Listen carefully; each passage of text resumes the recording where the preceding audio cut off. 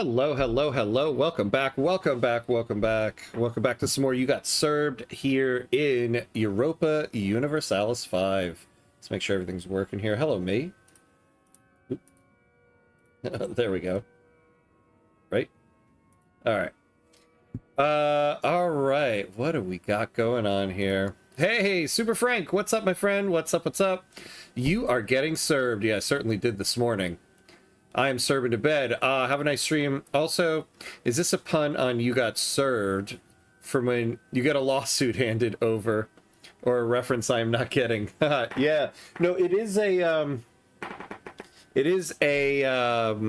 pun on the phrase "You Got Served," but that is one use of "You Got Served." But "You Got Served" used to be like a basketball type of thing. Especially like if you're playing like pickup basketball with your friends. I think it's more of like a 90s term. Like if somebody, you know, did something good on you, be like, you got served. So yeah, maybe going back a little bit, but it is true when you get your paper, when you get some legal papers handed to you, you got served. So it works either way. Watching too much Legal Eagle. Good channel. Good channel. It pops up. I watched like one or two one time, and then it's one of those channels that I don't actively seek out, but every now and then one of the videos pops up. I'm always like, oh yeah, this thing. I'm gonna do that. Oh man. All right. Well, yes, get some sleep, my friend. I know it's late for you. And I know well, I was gonna say you don't want to watch me take on Austria here, but I just realized we're losing. So maybe this is what you want to watch. But yeah, I forgot we are fighting Austria. It is a little late, so I understand. But I appreciate you stopping in to say hi. All right, where are we? So we're doing well. We're doing good. I'm still kicking myself over the stupid mistake I made this morning by handing over my only gold mine and my only port to Bulgaria and handing this land over to Sicily because I didn't read a treaty well enough. Hey, Joe, what's up? What's up? How you doing? Good to see you. How's everything going, my friend? Now, I don't look at this map. Hungary is bigger than Austria. I don't like this old history, yeah. Well, the way things are going, looks like Austria is going to be a little bit bigger soon. I'm just hoping they don't take some of me with them. Although I was kind of hoping Hungary would be able to help me defeat everybody else here, but we'll see how it goes. So we are still hunting Stefan's dream achievement. So we got to take Constantinople, and then we gotta reestablish King Stefan's empire. So we got to do that. What else do we have to do this episode? Well, yeah, so we're newly allies with Hungary, and they just immediately brought us into a war with Austria. We weren't going to participate at all, but Austria has brought the fight down to us. So we finally raised the levies. We're all meeting up over here, and then we're going to do our thing. I think we're ready to go. I guess one last thing I want to look at is, you know, something I haven't really been utilizing enough of are these trade orders. What are we making a lot of? Like, what do we have in our capital here? Wheat. But what is wheat in the market? Nope. What? Wheat. Oh yeah, we got a lot of it, so we can make our RGO a lot more profitable if we did that. Yeah, I guess it's saying these are the ones I should be looking at. These are like the biggest surpluses. All right, so let's try it. Let's get a wheat export. We have 13 trade capacity. Let's say spend at least 3 on there. And let's see what happens. Hey, Legion, what's up? What's up? How are you? Good to see you. Good to be lurking. Awesome. Awesome. I always love and appreciate a good lurk. But welcome in, my friend. All right. I think we're ready for the unpause here. Gonna clear up some of this stuff. Stuff I know I'm not gonna do. We're not gonna do this, but I want to keep the event here in case we were talking about this earlier. The Orthodox Synod would be nice. We need to get to 75 religious influence. We had more than this. We seem to be losing a bit. I forget what happened in some events, but all right, let's go. We're ready to go. We're ready to go. What's going on with our monies? All right, we're moving along toward 100 legitimacy. Oh yeah, I was about to say, why are we paying for all this stuff? I keep forgetting we're in a war. So, actually, I should focus on that. Yeah, I don't want to hear that these guys are hungry, because we have camp followers, so, like, those guys better be doing their job. You know, we're going to keep our one navy all the way down there. We don't need them doing anything right now. I'm going to wait for the entire army to meet up there. I don't want to split anybody off. Oh, okay. There was a battle one there.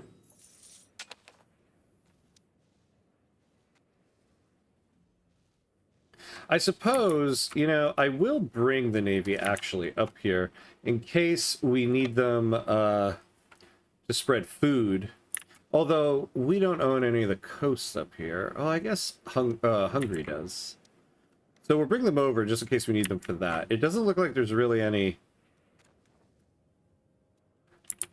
hostile fleets here.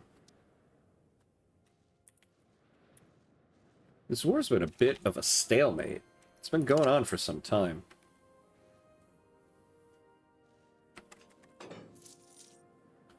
Alright. Let's have all you guys join together.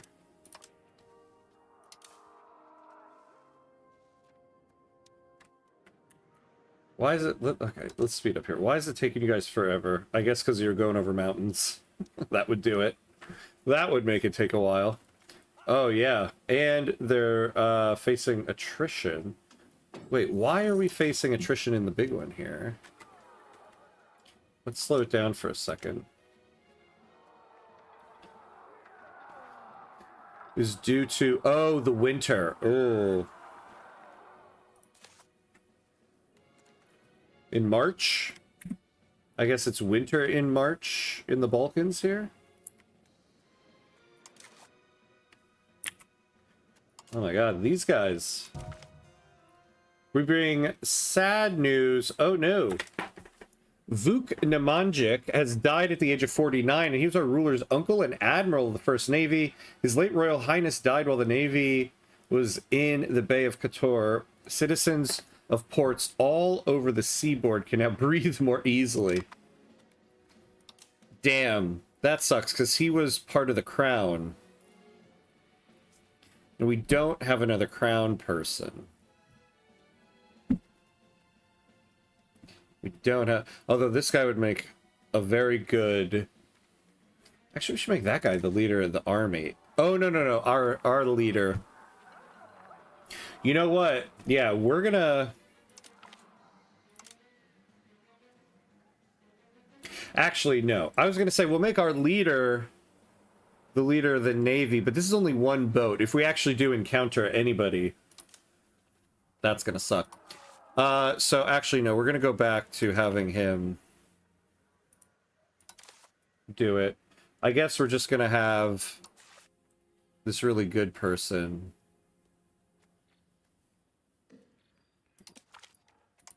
lead the Navy.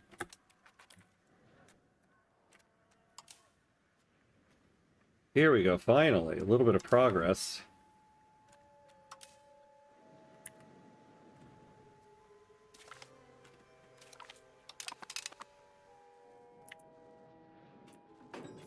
Any other progress on the war? A new heresy has appeared in Christianity. Clearly... Oop. Has joined... Wait, what? The first Hungary-Austria excommunication war. You know, I haven't actually looked at that. This is an excommunication war. Clearly these are people who do not... So Lollardy has come up. Yeah, what is this war about? Excommunication war. Just show supremacy. Okay.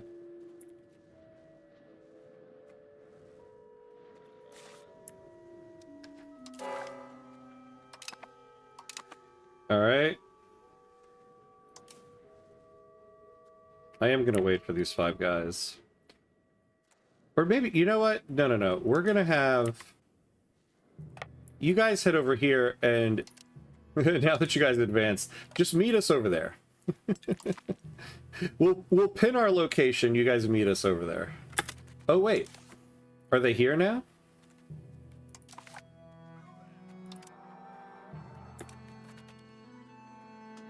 They're like right behind us. Not everyone is happy that we have allied ourselves with the Kingdom of Hungary. An influential faction of our Vlastella has been pushing for an end to the alliance, focusing... My god, out of the way, tooltips. Focusing on the province of Sumadja, which is held by Hungary, but which many view as rightfully ours. They have been able to stir up widespread outrage at the situation. Damn, this treaty has proven to be very difficult. We're getting a lot of border friction. I don't want to lose any cores. Oof. How much complacency do we have? I forget where we see that. Is it under diplomacy?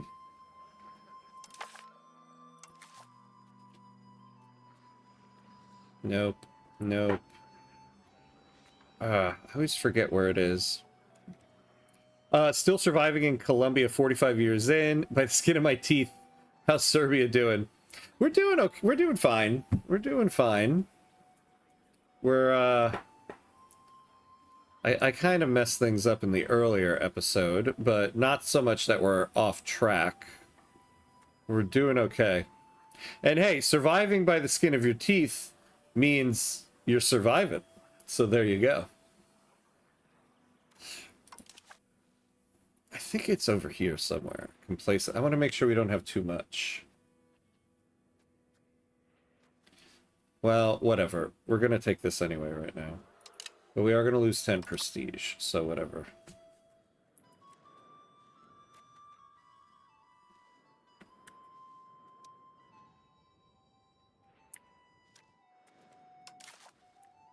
You guys follow them this way.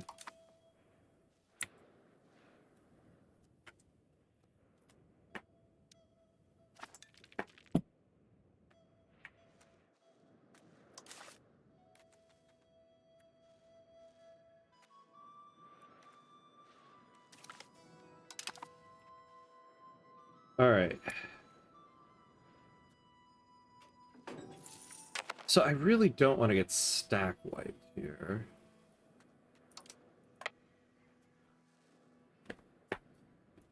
Part of me feels like I should just keep my army down here. Because, like, I really don't care who wins or loses this war, as long as I don't lose anything in it.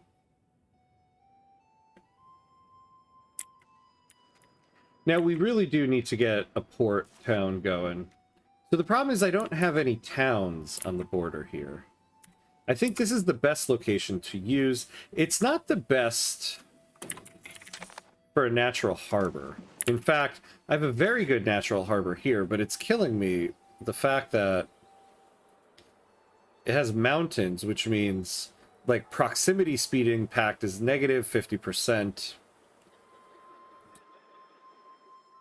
And yet, it has a 100% natural harbor. Yeah, so it has a +1 harbor capacity, but minus 50% proximity speed impact. I just feel like that's not the way. Hey, Jack, what's up? What's up? How you doing, buddy? Good to see you, my friend. Oh, yes, there's peace. What happened?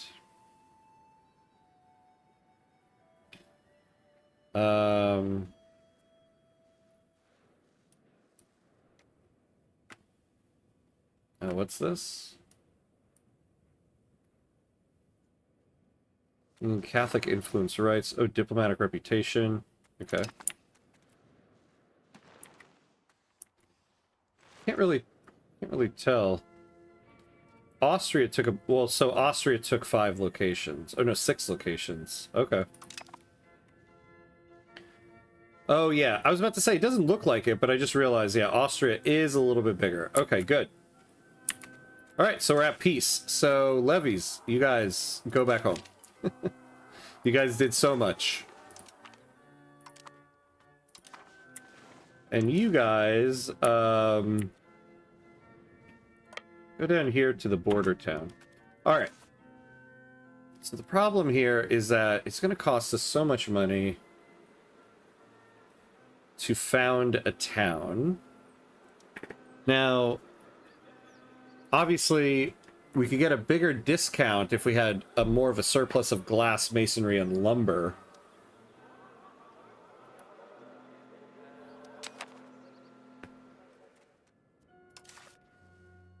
Is this our heir? Yeah. So let's give him an administrative education. Oh, and he's gifted. What a gifted little guy. Okay. What is his name? Radomir. Now, hold on. I thought our previous ruler here had tons of kids. Oh, I guess he didn't. He had 1 son and 3 daughters. My guy here has 2 kids. So I'm looking at this because it'd be nice if we had more crown people. Oh, yeah, let's join an order here. We'll join the one for Hungary.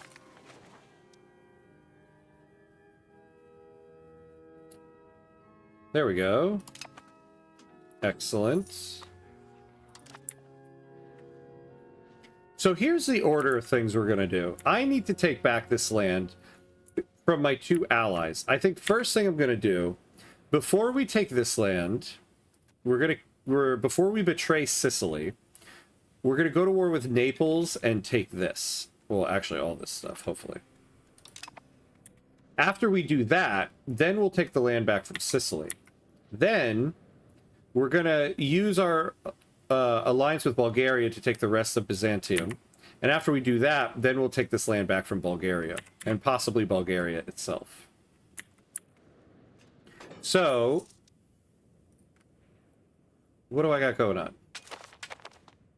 Yeah, so let's get a spy network going here. So that we can start creating a casus belli. Now, there's always the Ottomans that I could befriend. Lots of war, yeah. Yeah, we're gonna need lots of war, lots of war. That's why I really wanted to get to professional armies, and we're about to get to them soon. I really want to get to the armory so that we can start building some units. And we will rule over all this land, and we'll call it this land. Yeah, that's right. You got that right. We will call it You Got Serbed the Land. Not everyone is happy that we have allied ourselves. Oh my god, this thing with the Kingdom of Hungary. Yeah, I guess this was not a good choice. An influential faction in the Vlastela has been pushing for an end to the alliance, focusing on the province of Bosna, which is held by Hungary. So we're going to keep losing prestige and getting complacency. Okay, hold on. I gotta look this up. Where do I see my complacency? Because I want to make sure we're not getting too much.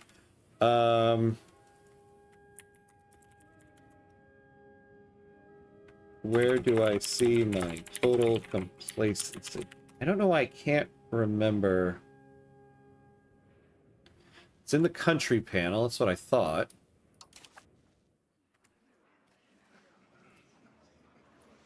Disasters. Navigate to the disasters or decline situation section and hover over the tooltip.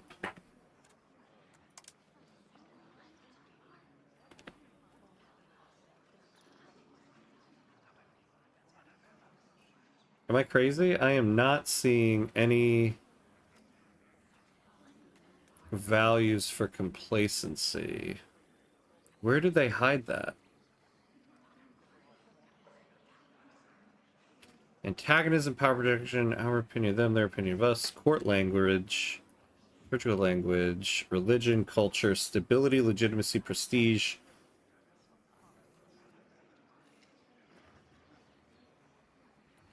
Not there. Does anybody know? Because I do know there can be some steep penalties if you accumulate too much. And I keep getting these events, so I want to make sure I'm keeping an eye on it.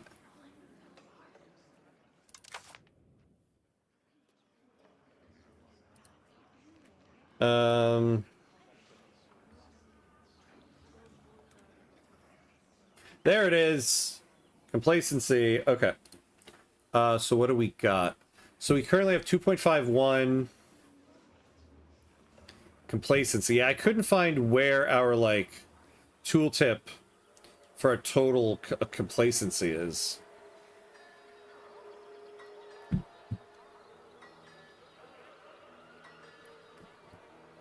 All right. Oh, yeah. This was something, I think this came with 1.1.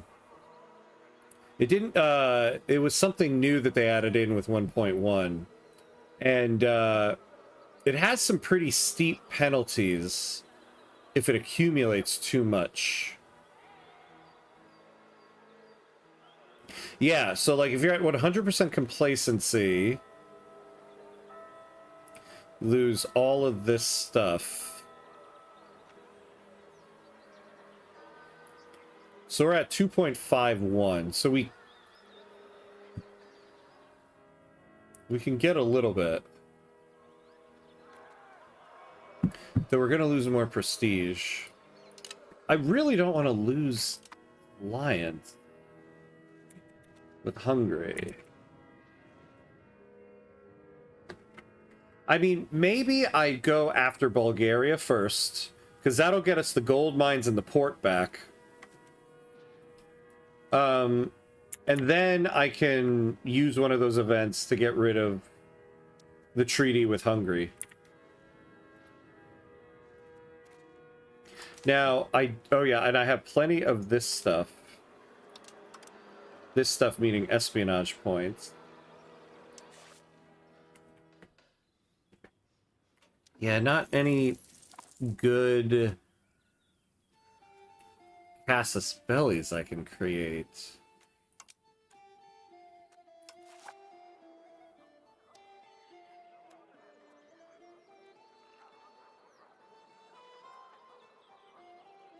Ooh, and we are weaker than them. Wait, really? Oh, damn. So they don't even want to join us in this. Hold on, let's pause for a second here. They have a high opinion. Hungary has a high opinion of Bulgaria? Oh, levy availability though, that's a big one. And low manpower.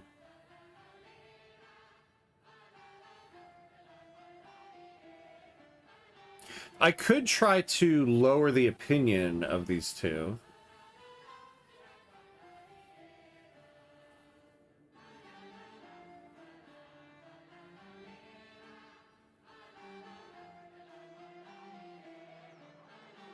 Well, let's see. A daughter has been born named Rada.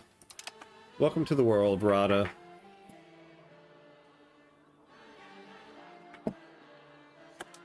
Alright, well now, clearly now is not the time for that.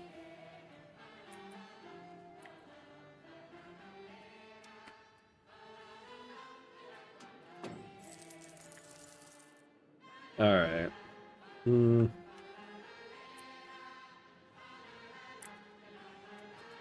Oh, how did that trade automate, that trade thing go for us?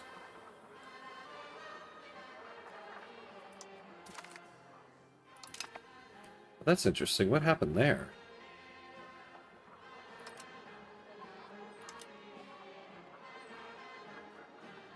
Alright, we'll see what happens next month.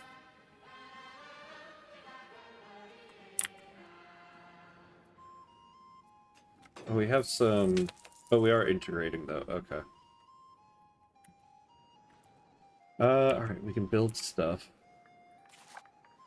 Might as well build in the capital. We can build plenty more here. What would be profitable for us? Yeah, still... Well, the Jewelers Guild.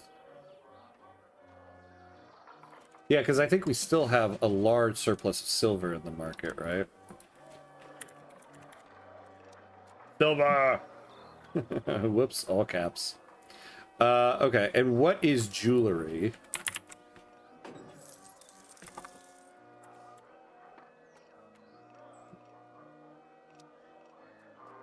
So we are exporting. Oh. Target price, though, is still...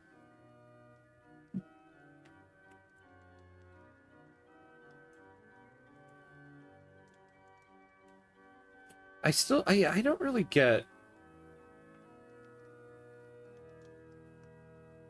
this calculation here.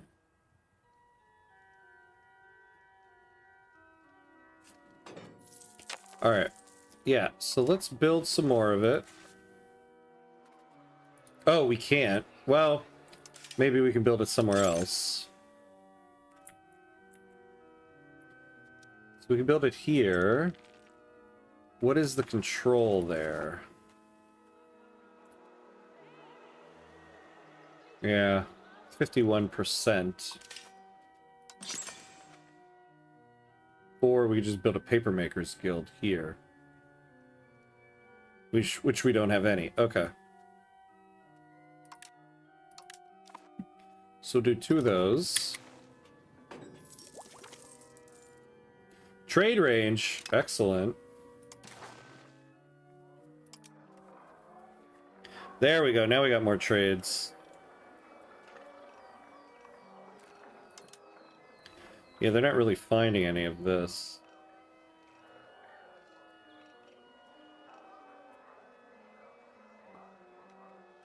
Do we still... Actually, well, do we even still have a surplus of wheat? Yeah. Interesting. Alright. So how about livestock? See, I don't understand why... You know, yeah, I don't even... I don't actually... want...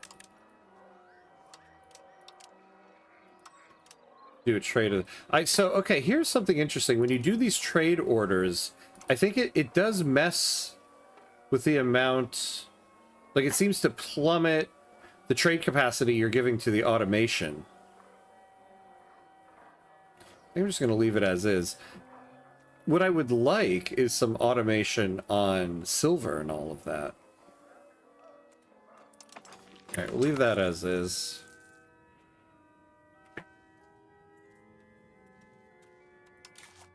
Oh, this guy will move back over here. Now, I feel like I keep building masonry, but we're not getting any surplus on it.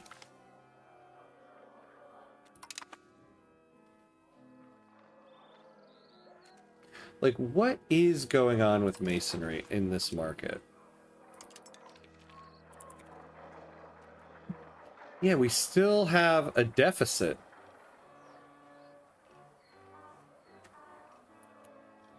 Well, I suppose that's what we should be building.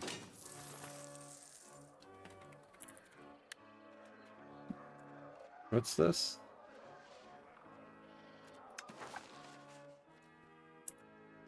So we're building one here. Let's control there. Yeah. Oh, are we currently... Yeah, we're currently building one. So we'll build another one. Actually, no, we won't. Because the one we have isn't even fully hired up, and we're building a second one. Now, if I wanted to turn this into a town...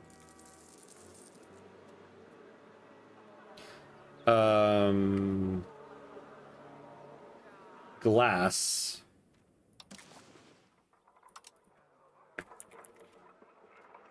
So we have a surplus. Still very expensive, though.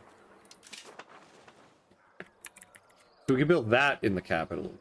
The glass guild. We have one. Let's build a second one.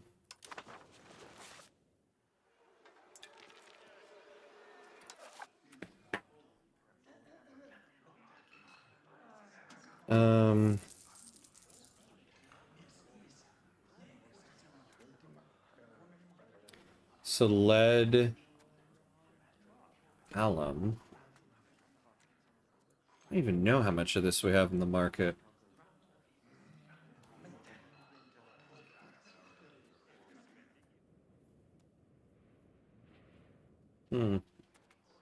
Yeah, tools. Oh, price of tools are going up, though.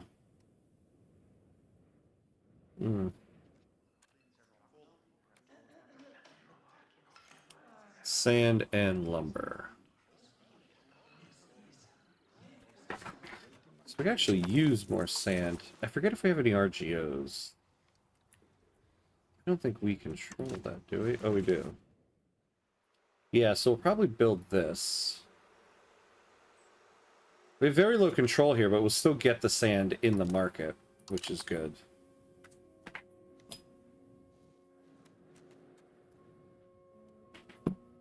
Byzantium's gonna... Oh! Oh, we can go to war with Byzantium again, though.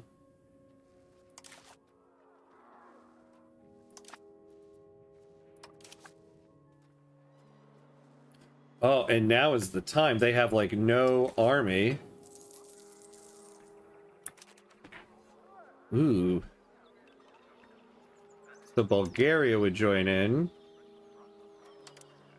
And Sicily. We'd have to give them some land. Wait, what's going on here? Oh. I would love it if they took this land back so I can take it from them. Wait, so what is this war? Oh, they're going to take that.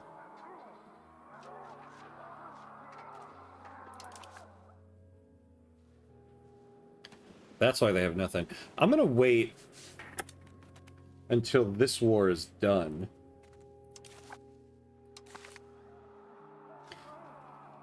Oh, I wish I could get, like, updates on this war. No way they beat the Ottomans, right? Oh yeah, Byzantium seems to be at war with it. Right? Like, how in the world are they winning this right now? They won't win. Yeah. Actually, so now might be the time to go before the Ottomans really take land. It would be devastating if the Ottomans end up taking Constantinople, because then I gotta fight this army. Yeah, they still have 18,000 levies, which is why... But, like... Well, I guess maybe I can't see it. So that might be the problem.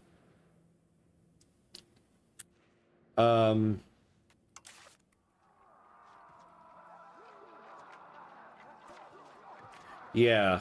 Yeah, they're probably doom stacking over here, right? Oh, yeah. Yeah, they're currently sieging Constantinople. Damn.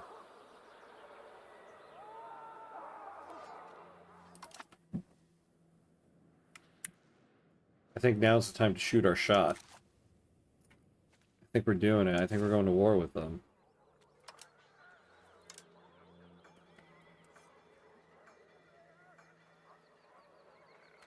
So we'll call those guys in. Hungary doesn't want... You know, okay, the next event I get about Hungary, I'm out. And Wallachia.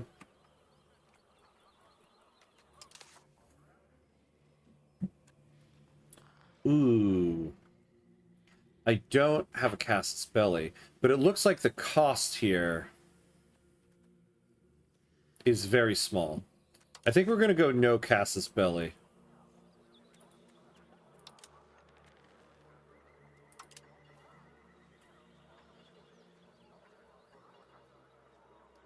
Yep, there you go. Yeah, yeah. All right, let's do this.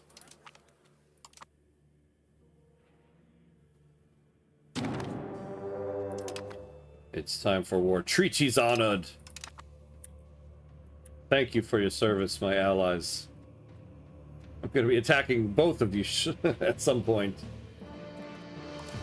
And the music kicks in. All right.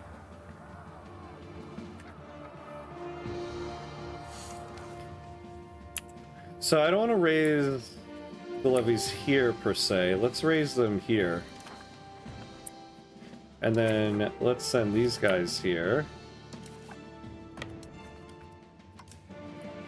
Our one boat fleet, we'll send them over here. We'll have them follow the coast so that we can get food to the troops.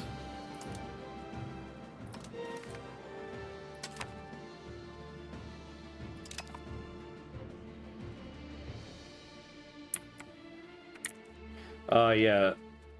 So now, once we get over there, we'll be able to see it.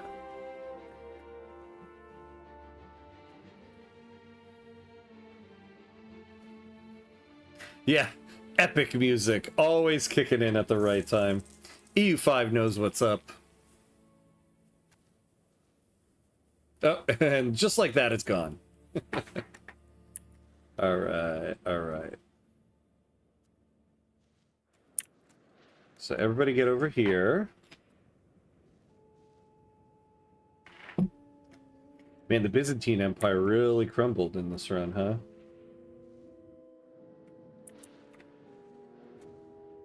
I mean, I guess it's kind of apropos.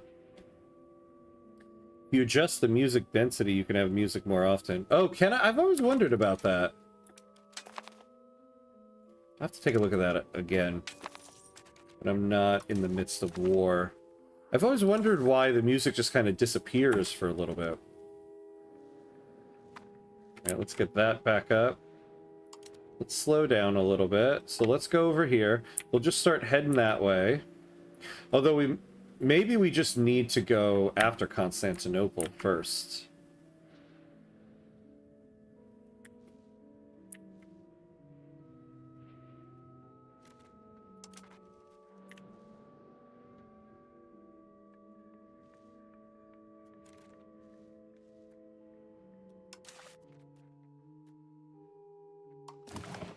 Oh, whoops. There we go. Oh, music density. Let's put it up to 50, see what happens. Maybe that, yeah, down to 20, if that's what that's about. No wonder we're never getting any music.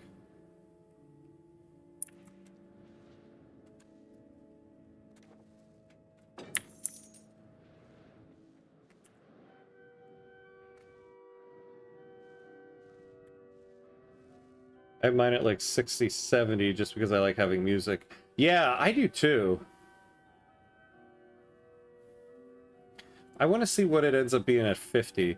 I mean, quite honestly, I want music at all times. I don't really care for having like I either want the music on or I don't want it on. So like, if I don't want music, I'll just like pause the music. I do that in Victoria 3. Sometimes I want the music on, sometimes I don't. So I think at some point I'll just put the music at 100, because there's a point where I don't want the music anymore. I'll just pause it. I didn't realize there was a setting like that. Yeah, I assume 100 music density is just all the time. Yeah. Yeah, the game does feel weird with just no music, and sometimes there's like no music for long stretches of time. So I was always like, why does that happen? Although maybe this one would be a little different. See, Victoria 3 has like actual music and soundtracks, and I feel like the problem with this one, like this song that's playing right now, you'll get this going for like 10 minutes and it'll replay over and over, and they need to get like more of a soundtrack in this game. They have the most epic and awesome opening song, and then the rest of the soundtrack doesn't quite live up to that. Not everyone is happy that we have allied or... Oh, this thing again. Yeah, this thing again. Oh my god.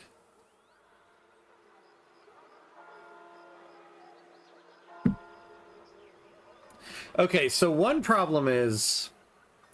I'll annul this treaty. I don't want to be blocked from treaties with them for 9 years. That's a while. Well, I guess not. That what, 1402? I definitely don't want to renounce claims. And we're really bringing down our whole prestige. I think I'm going to finally choose this option. They should have just dumped all the music from EU4 in the game. I feel like... No, I feel like it is there. I guess you can't really see here. I thought I saw somewhere there was like the EU4 remastered soundtrack. Maybe you can see it on Steam. It'd be cool if it had a dynamic system, depending on context. Yeah. BOTW. Oh man, which game is that? It was a really awesome dynamic music system. Saw a video breaking it down once. Well, I feel like this game does that sometimes. Alright. No more treaty. Yeah, I don't care about that.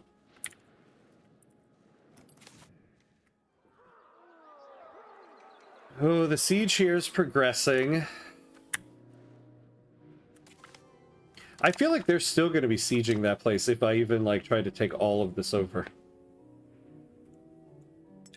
That's only the soundtrack through Steam, not in-game. Oh, I see. So you can, like, play the soundtrack through Steam. Oh, that's interesting. I didn't realize that. That's weird.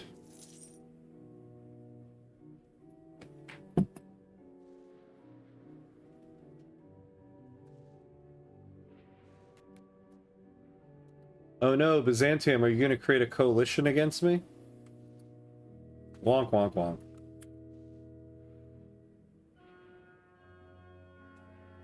God, this integration surely is taking a long time. Wow, my great aunt was still alive. We bring sad news. Theodora Nemanjic has died at the age of 63.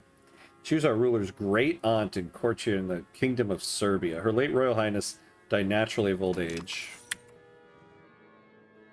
Now, if we can win this siege, our ruler is commanding the army, so we'll get a bonus to this guy.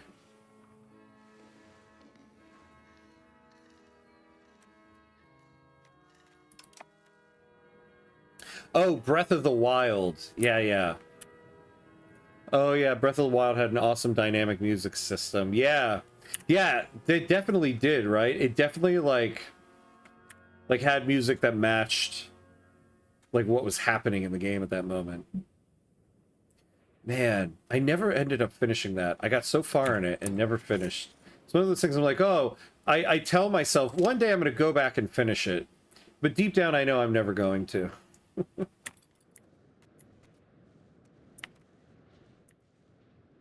Same thing with the follow-up they had. What a great game, though.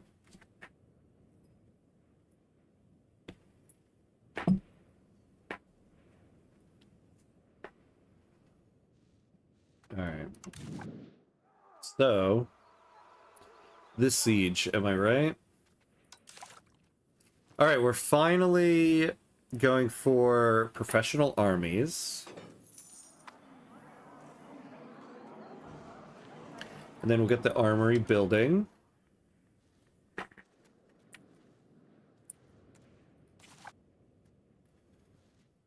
I wonder if I can just, like, swoop in here and co-siege it and then, like, kind of have a shot to just take it.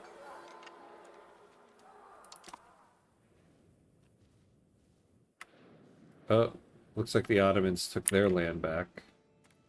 Ah, thank you guys. You go get that over there. Ah, nice. Okay. So we took that. Gonna take this.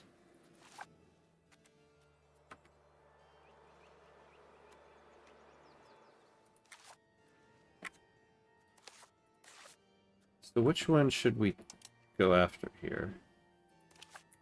What's the province capital? It's probably this one. So go there. And you follow them.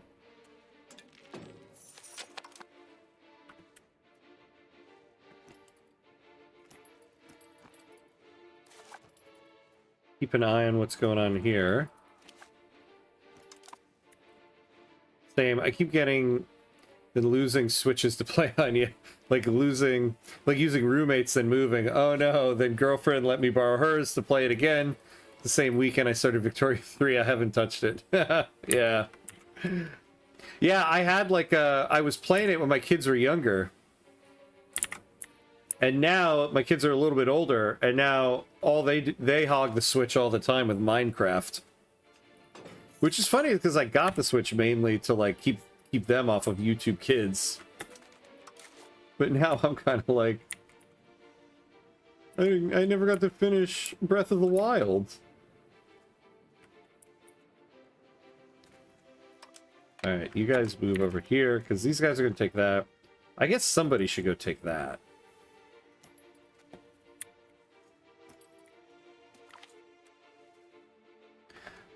The power of the clear has never relied on the state itself. Rather, it is in many ways the clear who lend their legitimacy to the king through their ties to the spiritual realm. A combination of deft political maneuvering, fear-mongering, and generous donations from our subjects have lately cemented the power of this estate. Alright, yeah, we'll do that.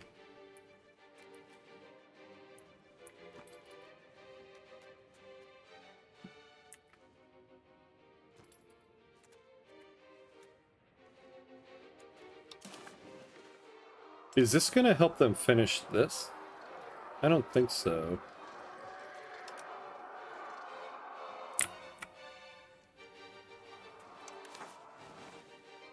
Oh, yeah, no, they're not gonna be finishing Rise of the Turks.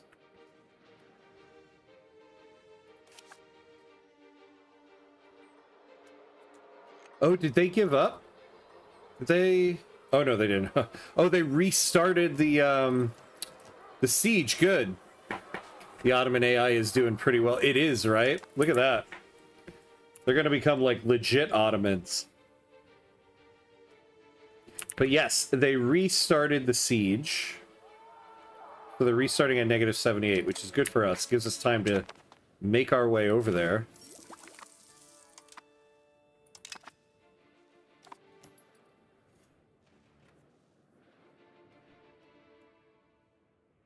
Yeah, that level 6 fort though, right? Look at that. I mean, that's got to be the biggest one in the game, right? The highest fort level. Maybe there's one over in China, because I know China is kind of a beast in this game.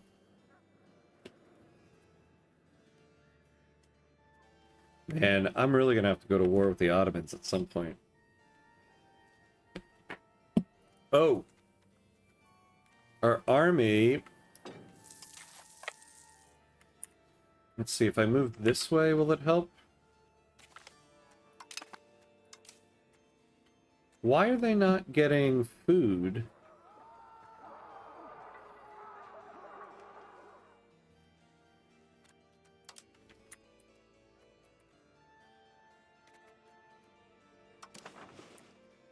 Because there's no food to be had. That'll do it. Alright, so what we'll do is...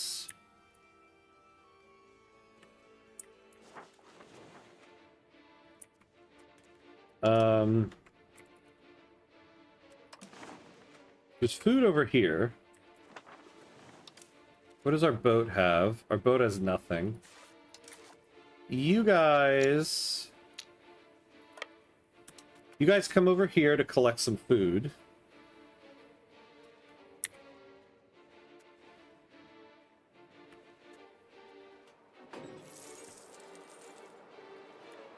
Oh my god, it's increasing like llama. What if we move you over here?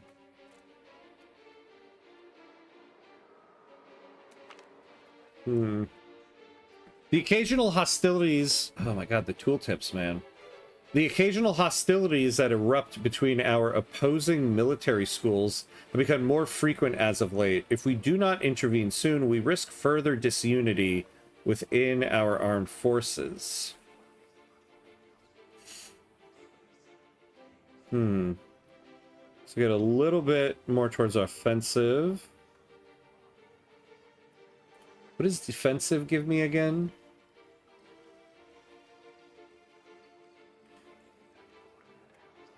It's interesting. Defensive gives me combat speed.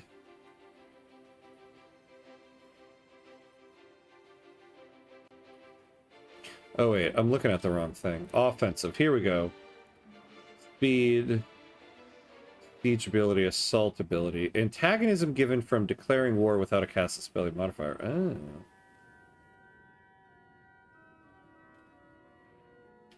Or... I don't want to lose any more stability. We'll take attack is always the best option. These guys are, like, not gaining a lot. Well, oh yeah, I guess maybe because it's, like, one boat.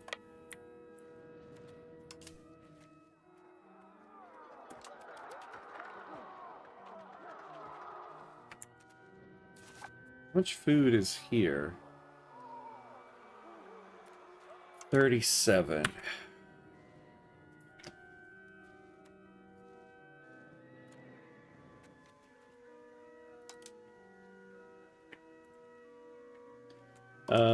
Let's pin this. Oop.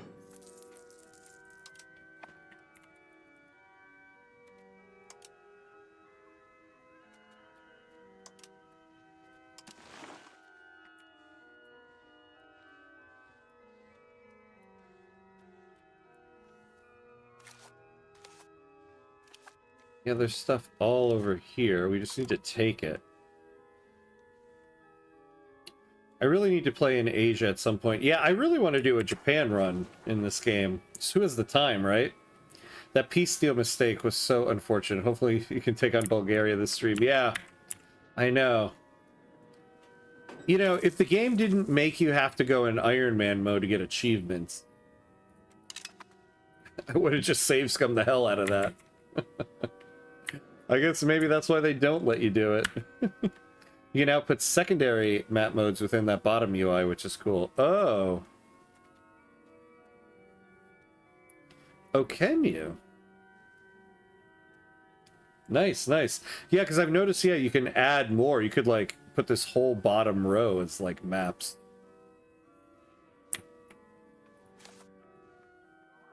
Look at this. Yes, that's still taking forever.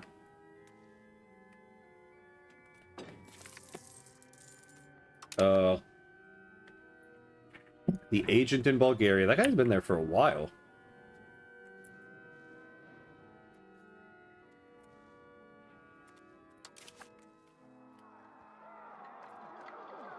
Damn, they're out of food.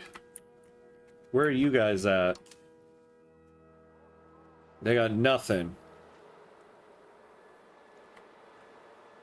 If you, like, right-click the maps you already have pins... Oh, you can put maps within the maps. Oh! Oh my god, it's like Inception. It's a map within a map. Oh, very cool. Thank you, my friend. Thank you.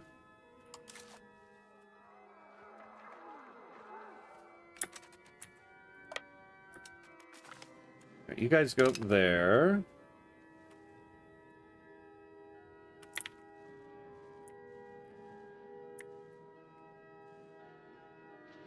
You know, I actually didn't think we were getting to war with Byzantium this episode, but here we are. I did it the other day. I bunched a few control maps together. Oh, nice. Yeah, that's awesome. Yeah, because there's quite a few that you would want to, like, bunch together. I put a few map modes that are useful for war within the tactical map mode as well. Oh, man. Yeah, I gotta get my map mode game on.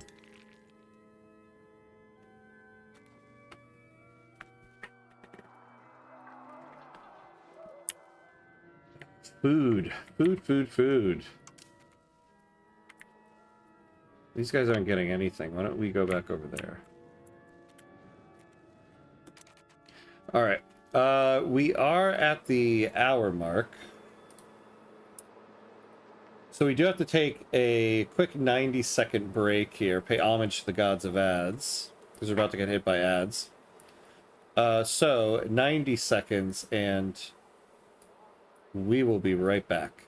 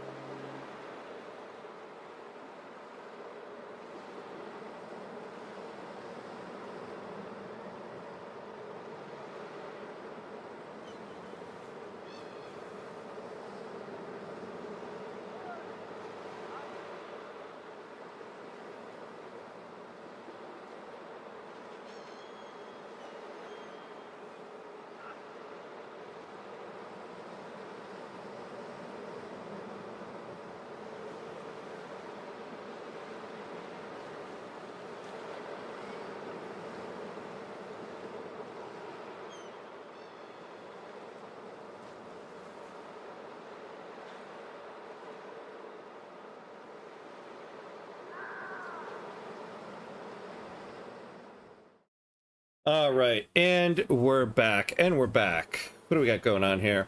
Oh, we got the Twitch bot. We got the Twitch bot during break. What a sneaky, sneaky Twitch bot. Goodbye, Twitch bot.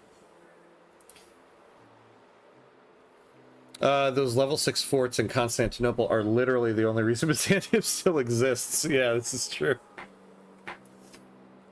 Oh, Twitch bot is here. Yeah, smart Twitch bot, right? Sneaky, sneaky Twitch bot. Wait, what's going on here?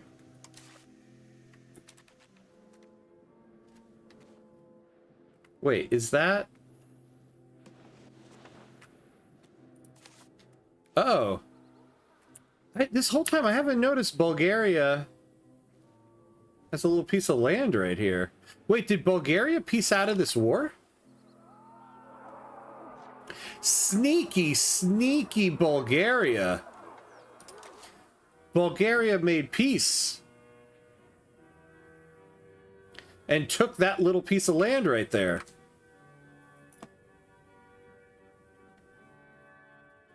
Traitors is right. Now I won't feel bad about betraying you. Alright, well, let's go attack these guys. Sneaky, sneaky Bulgarians. Whoa, wait.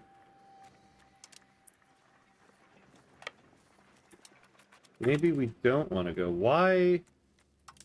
Oh, well, we do have, could wait for morale to go up.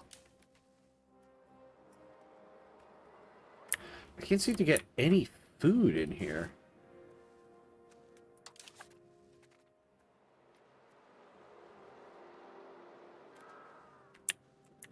Why is it not? Yeah, let's put them in the port, maybe. Gotta love when you get a good RP excuse to do something you're gonna do anyway. Yeah, right? Yeah. I'm gonna go to war with Bulgaria because they pieced out of this war. That's why. Not that I was gonna do that anyway. Ooh.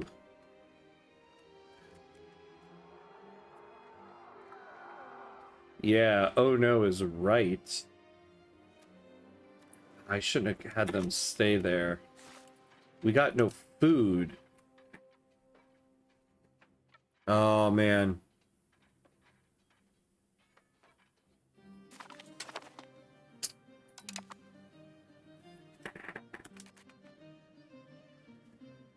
Oh, well, we did get this guy. Okay. Did that stack wipe us? It did.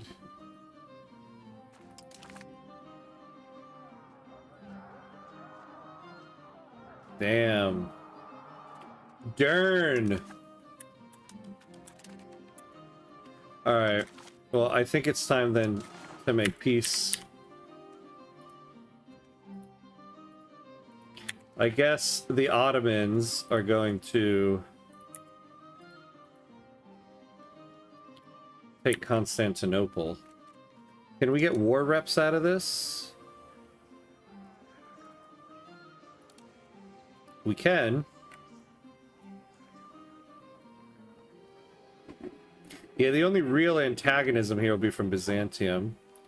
What else can we take from them?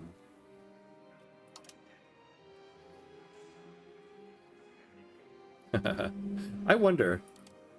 Oh my god, we could actually force them to dismantle the forts, basically handing Constantinople to the Ottomans.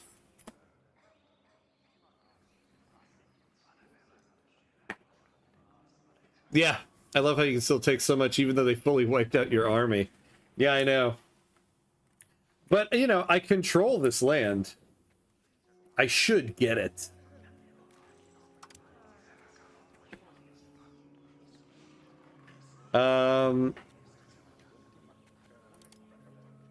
I could get an exception from the sound tolls. I mean, honestly, that's probably the last bit I'm gonna get. So I'll probably take that. Make my trades a little bit better. Those borders are going to be painful to look at. I know. I was just thinking that. It's like we're gonna have this little robot arm going out this way. Alright, I think that's all we're really gonna take from them here. Let me make sure I'm reading this the terms and conditions of this treaty properly, so we don't have a repeat of earlier today. Oh, can I get any money?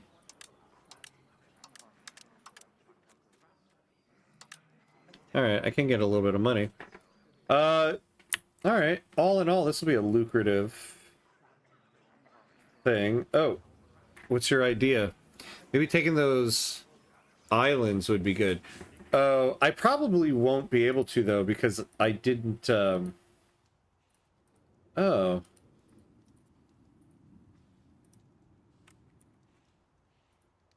Oh, look at that, I can. Yeah, since I don't have a navy, right?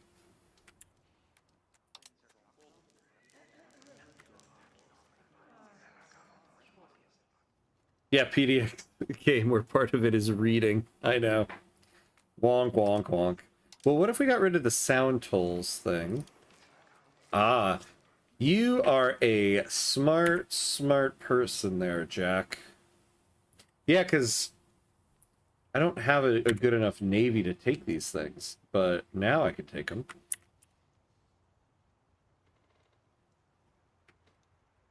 Yeah. Yeah. All right, I think this is good. So we get all this land, and I still get the war reps, and we get 66 ducats out of it. All right. I think I'm good. I think I'm good. The only real antagonism will be with Byzantium. All right, we're going to take it.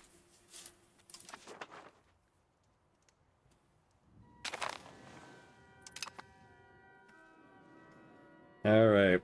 Yeah, there is some real awful border gore going on over here right now. What, Ooh, we got some dyes. Alum. Hey, will be useful for us. Fish. Sand. Painful border gore, yeah. Paintful border gore. Oh, look, we still had somebody. Alright, I don't think we need to lower any levies, because we don't have any more. Oh yeah, you guys are going to retreat, so you go do your thing. Coalition disbanded. So what's going on with this war? With them? Oh, is the war...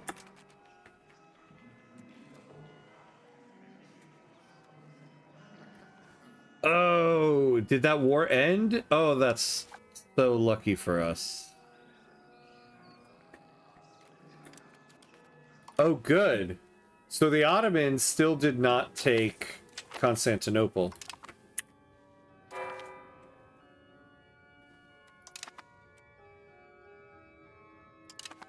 Yeah, what did they end up getting out of it? I wish there was like a way to see.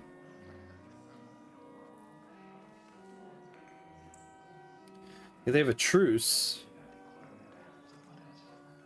It doesn't look like they got anything.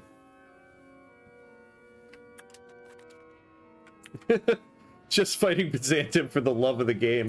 Yep, that is the Ottomans thing to do, right? We're just fighting for the love of the game. Oh, look at the Byzantine Empire. Empire being the... That word's doing a lot of heavy lifting there. Alright, we got some monies.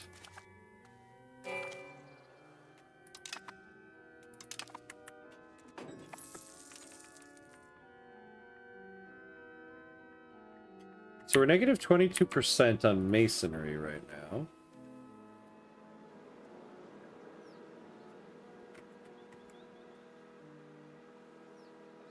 I feel like no matter what this is, this price still isn't going down.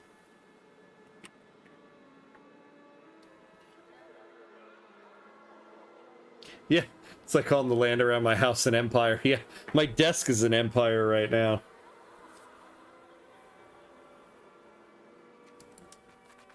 I wonder if it's worth just hoarding our money and waiting to found this town. You know what? I think, though, we're still probably hiring up the masonry. Oh, no, we're not.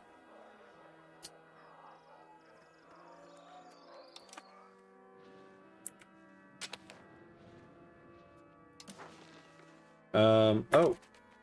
We lost a general. And we do have more lumber that we could hire up. So let's do one more of that. Let's take a look at the glass.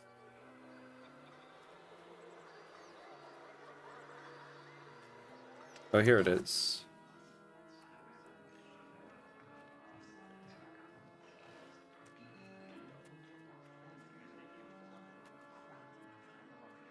So all the inputs are good. Oh, except for lead. And we do have that new RGO.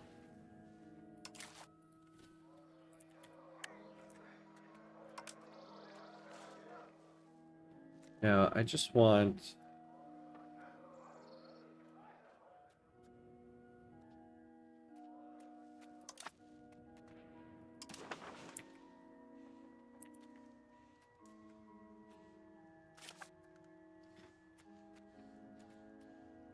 where do we have lead?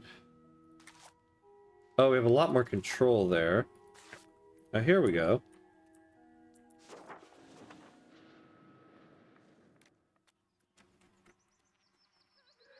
This is actually still hiring up. We'll do one more there. And then we'll do one more glass maker.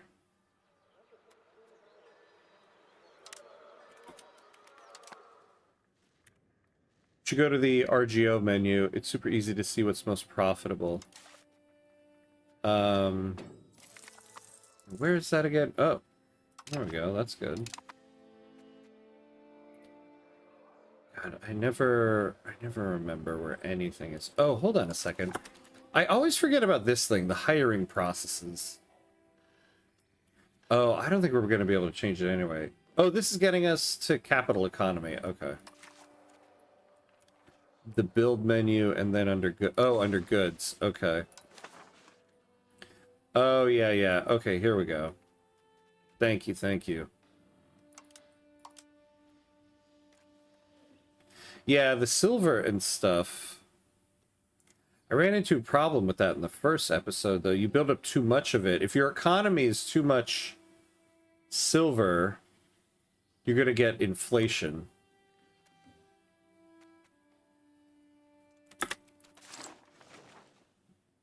Oh, speaking of which, I forgot we were getting rid of inflation. So we can do that. We're at a good point, good thing there. Diplomacy, we're good. We can lower all this maintenance. I suppose we'll do it for now. Though it is lower, it is making the buildings that provide stuff for that less profitable. But we do need the money.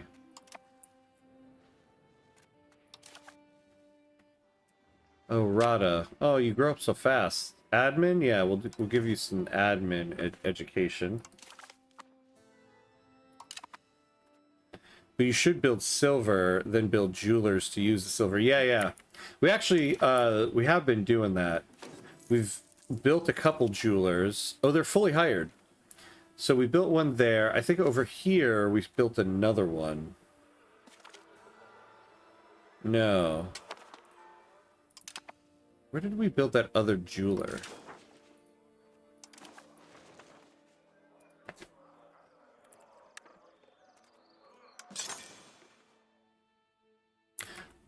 We never ended up building it?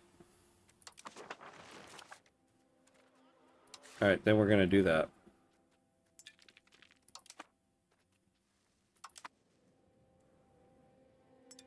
Yeah, 0.82 profit for the jewelers. Yeah. Because we've got an abundance of silver in the market, because in the first episode I was like, silver RGOs, build, build, build. Whoopsie. Alright, we need a new general in the army.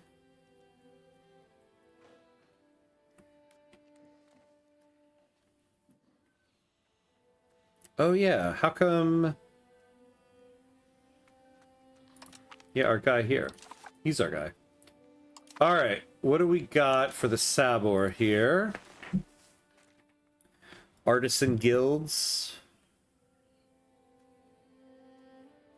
Ooh, pop promote. Ooh, actually, plus 10% pop promotion speed would actually be very good for us.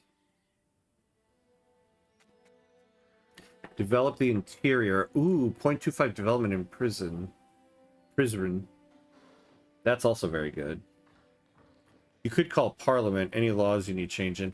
I think we're good on laws. Let me double check. I feel like I did the laws I needed. Yeah, we got the burger-controlled minting operations.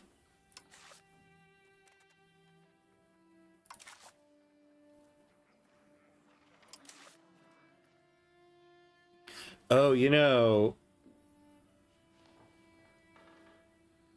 We'll get lower minting threshold, but we should do silver coins only.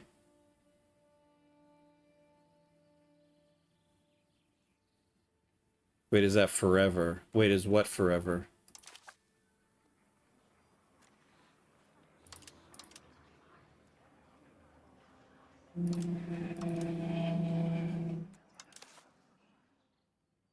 Oh, no, no, no. It's not forever. It's for 10 years. We'll get, but 10 years is 10 years. It's a pretty good time to get pop promotion. Yeah. That's why I'm thinking I might do that, because we have such low pop promotion right now, and you can see we have a ton of stuff that's missing employees. I just want to double check the laws.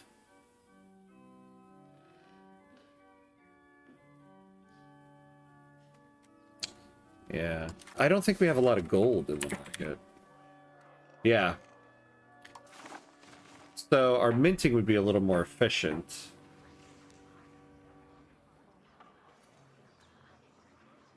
Yeah. Yeah, that's the thing. This is kind of a first for me. In this one, I've never played a country that actually had access to so much silver. It could be good, yeah. Favor the ruler. Yeah, getting off of this would be good. But not the biggest priority.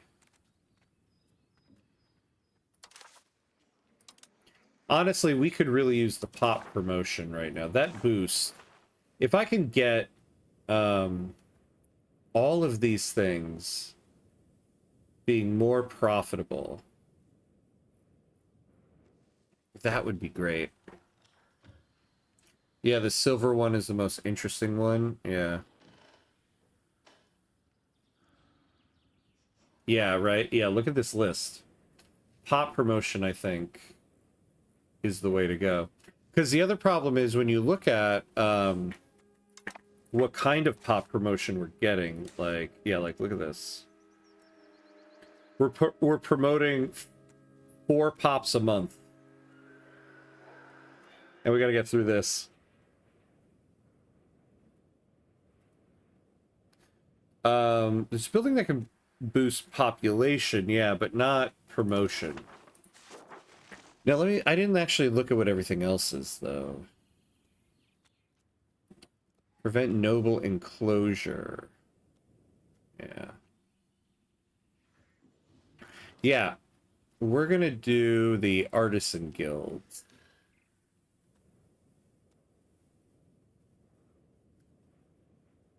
And the Serbi will be a little bit happier. Oh, yeah? Well, actually, Ham, yeah. Thinking about it, I'm not sure how much pop promotion would impact RGO hiring. No, it would, because if you're looking at... Let's say we take a look at this over here. Because they just hire peasants, right? Yeah, but everybody hires from the peasants. We're hiring from the peasants to the laborers for these RGOs. So let's see. Free base monthly promotion is +4 due to base value, plenty of opportunities, average literacy, from positive stability, free subjects. Yeah, look, we're getting plus 1.69% from free subjects, and that's because we have pop promotion speed of 1.69.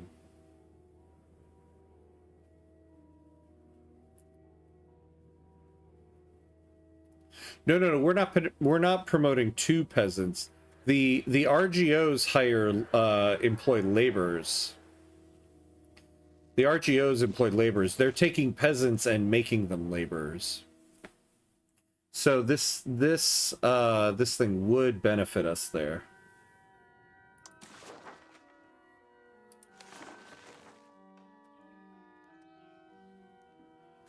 Problem is we only start at a 9%.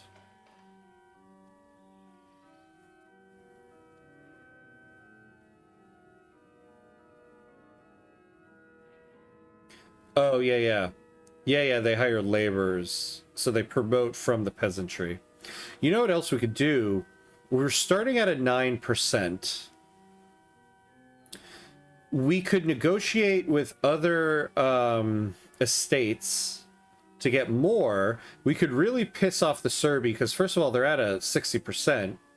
But while this is being debated, we get a boost to recovery. So we might be able to do that. So this, all right, so we're going to do this. Starts at 19. Address spiritual retreat complaints. Oh, look at that. Okay. Yeah, so we'll definitely take that. Honestly, just hate the negotiation system in the game, because you never know what your choices are going to be. Yeah. Yeah, you can't really, you can't really plan for anything.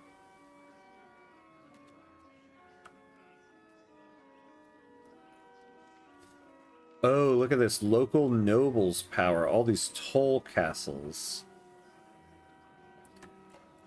The Listella will lose 10%. Yeah. Alright, we're over 50% now. So now I'll let it ride. We'll see what events we get. Some good RNG.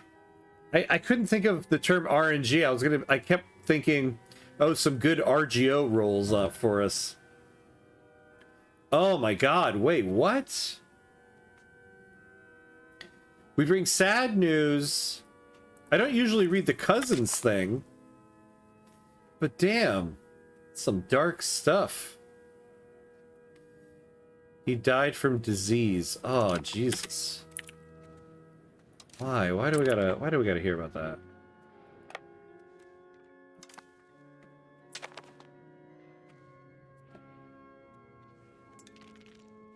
All right.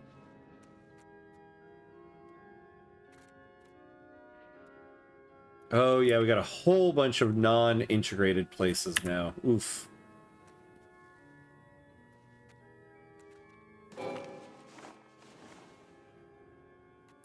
Why are we depopulating?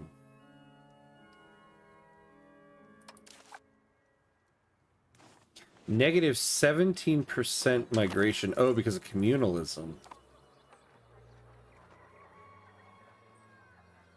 From war exhaustion. Huh. Guess we've gone to too much war.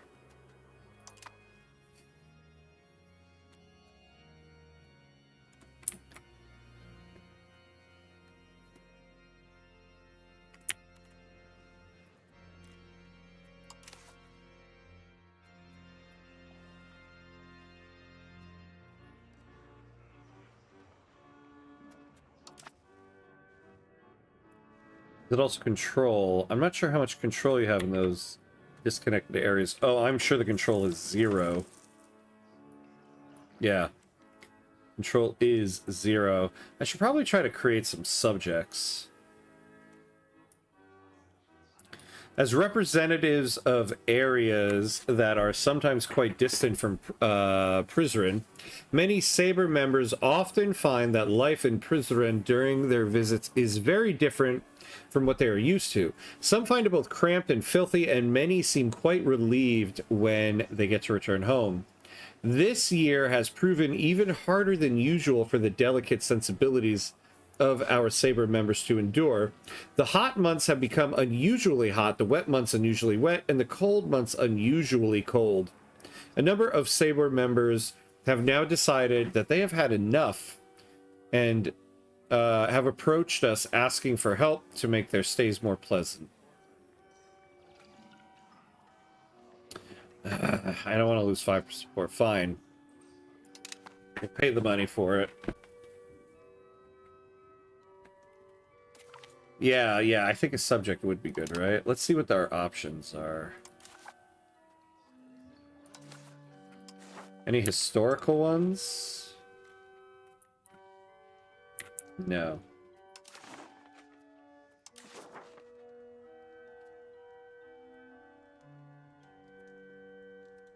So, sir. So I think what we'll do is... I think I'll make this the subject. Control will be 100 here. And then I'll give this land to them, because then control can go out from there. Instead of creating the subject here, and then control's got to go all the way out that way. We'll make them a vassal. And who do we want to lead it? Oh, who's this? Oh, my mother? Hell yeah. Who's this? My wife? No, I want her by my side. My uncle? Aw, my younger sister. You know what? My mother's lived a good life. Let's make it my younger sister. She's got a lot left to do. So, Melina, you get to rule.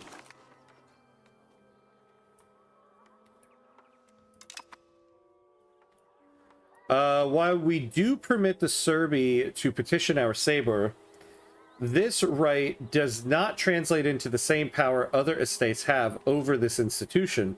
During a recent discussion, it has become clear that the common people of Serbia do not enjoy the same privileges as the dominant upper class, which happens to oppose the proposal of the Serbi. Damn. Good idea. I gotta remember, you're also paying for the maintenance of those buildings there. Yeah, without any income. Yeah. So now... So they have that. So now let's give them...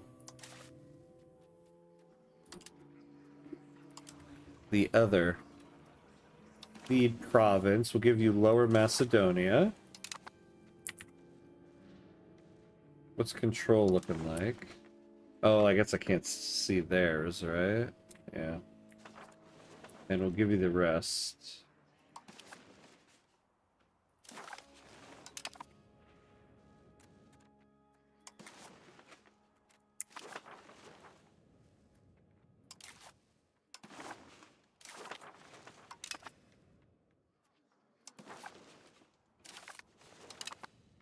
All right, there we go.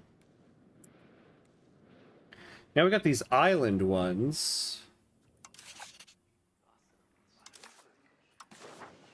Oh no, not historical, custom. And I think I'll give these islands to my sister, to my youngest sister. A vassal.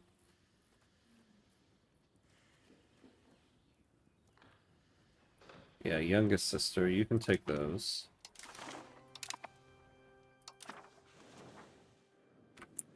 There we go. Now, I should be getting some money out of them. Yeah, I'm getting almost nothing. You should keep the islands, to be honest. Probably not much there anyway. Yeah. Just makes me feel better, though, that my youngest sister gets something. You gotta help the younger siblings. Hey, Legion, finally on break. Yes, yes, yes. Awesome, awesome. I guess I kind of... I should have just given her this stuff. Yeah, that's true. Improve the border gore a little bit. A little bit. Oh, how are we doing in Naples? I really want to take this stuff. All right.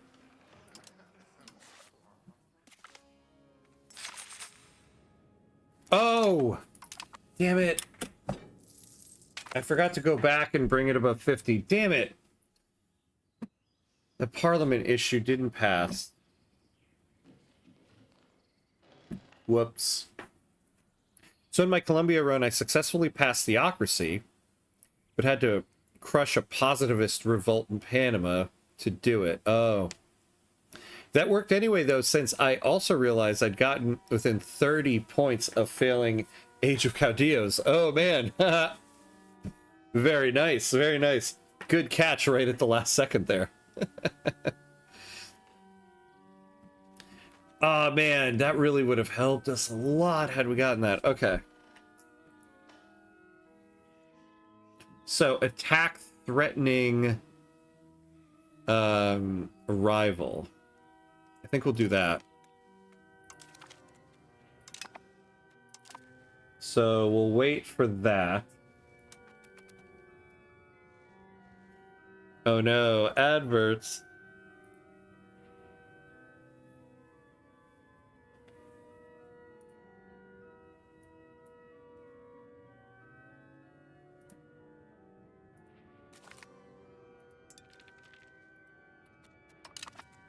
All right, coming of age. Wonderful, wonderful.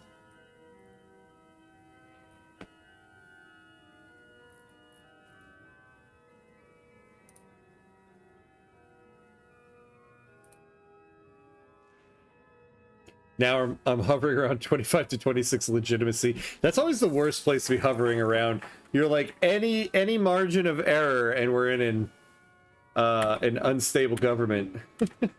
Oh, that one is always so nerve-wracking.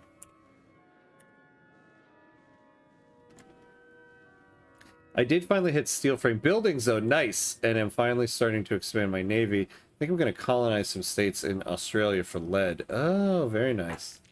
Yeah, once you hit steel frame buildings, though, construction becomes a lot more fun. A lot more expensive, but a lot more fun. Oh, why are we getting...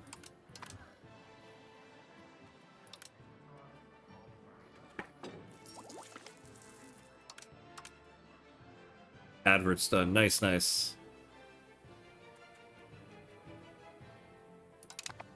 We got organized recruitment. What are we up to now? All right. Ah, 3 away from the armory building. I cannot wait till we get that.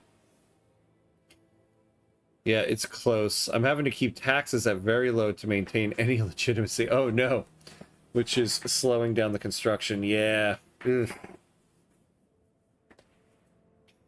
Oh, got an advert for a horror movie? That jump scared the hell out of me. Yikes.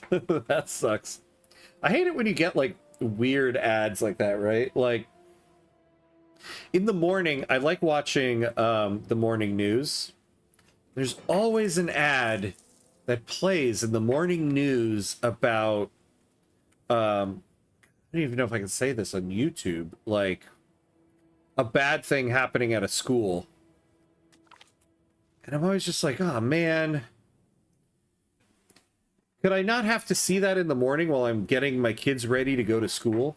I mean, that's exactly why they're playing it during that time. But I'm like, it's not having the effect I think you think it's having.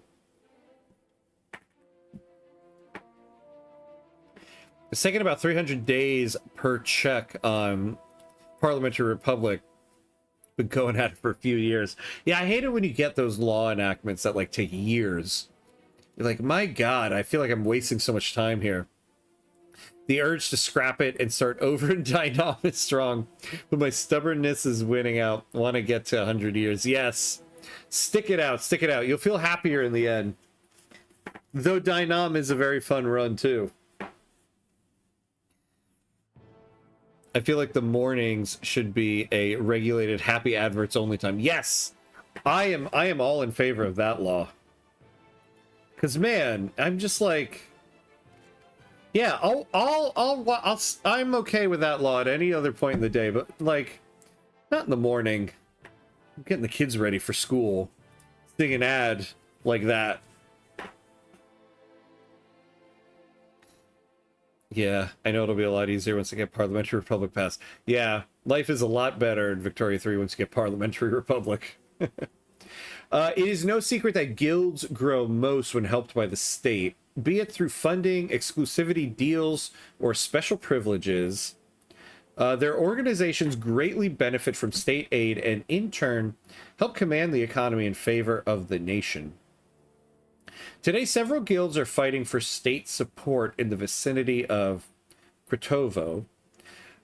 We have various guilds to choose from, but only the resources to privilege one of them. Each choice comes with a set of benefits. We best choose whichever suits our overall nation's interest. Oh, we might get this. At least we'll get out of a negative stability. Yeah, I don't care about this market getting iron. Plus 50 trade advantage. That wouldn't be so bad. We are second right now in trade advantage.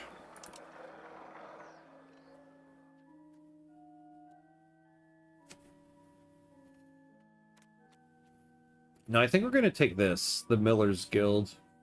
Get us out of the negative stability.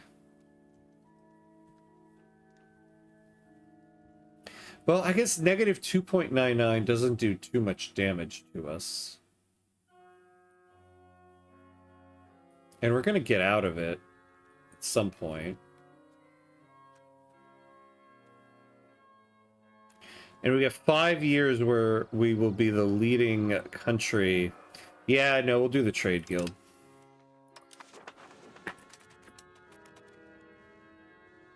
Do you ever mess with any of the mods for PDX games? I was looking into some. They look pretty cool. I'm probably going to try the DLC first, but I'll probably experiment with mods after.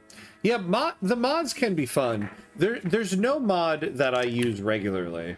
I like playing the base game regularly, but every now and then, just to like try something different, it's always fun to go to the Steam workshop and see what they have there, because there's some excellent mods. If you've never tried, or like if you're new to the mods, Morgenroth is like the mod to try out. It makes the game a lot more complicated, though, I'll warn you now. But it's totally worth it. You should definitely try a run with the Morgenroth mod at least once in your life. Then there's a couple mods that add a lot of flavor to specific countries. So if you ever want to do a United States run, Hail Columbia is like the mod to do for that. If you ever want to do Australia, the Australia and New Zealand flavor pack is definitely the mod that you want to do. Okay. Dynam will probably be my next one, but I also want to try Japan with the Great Wave DLC. Yeah, both excellent choices. Dynam is just so much fun, because you really do get to, like, play tall. But all of this new Japan content is a lot of fun. And Japan was already a very fun country to play, even before before the update. There are some countries where, like, before National Awakening, I never had any inkling to play as Austria. But now with National Awakening, Austria is a lot of fun.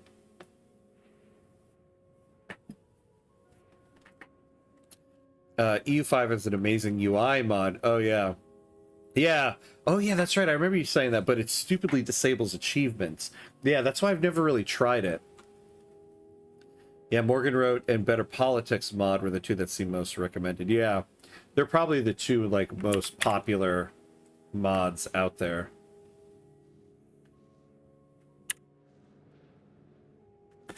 Ooh, we've got tons of money.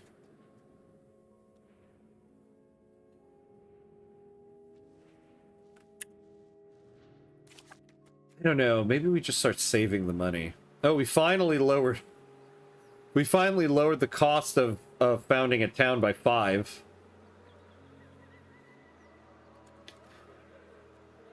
Yeah, we need, okay, yeah. I need to get real here. We have a decent amount of income coming in, but we need more than one ship. Like, that's insane. I need to save up money, build a town, get a wharf, and be able to start doing this stuff until we get this back. So we're holding on to our money. Maybe we will up... We're going to up the investment into stability a little bit since we're in the negative.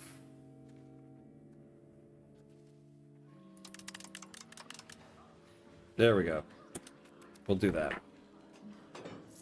Better Politics is a good mod, although I'm not a huge fan of some of the flavor it adds for specific countries. Oh, you know, I've never really played it all that much. I didn't realize it added flavor for certain countries. I thought it was all just mechanics. I have to take a look at that. I may try making mods at some point. Oh, cool. I am a decent programmer. Feel like I could figure it out. At least trying one where I inject myself as a character would be fun. You should. You should. If you're going to make the mod, you should do that. That's totally something I would do if I could make a mod. Yeah, for sure. Do that and post it to the Hamcord. We'll all download your mod and give it a try.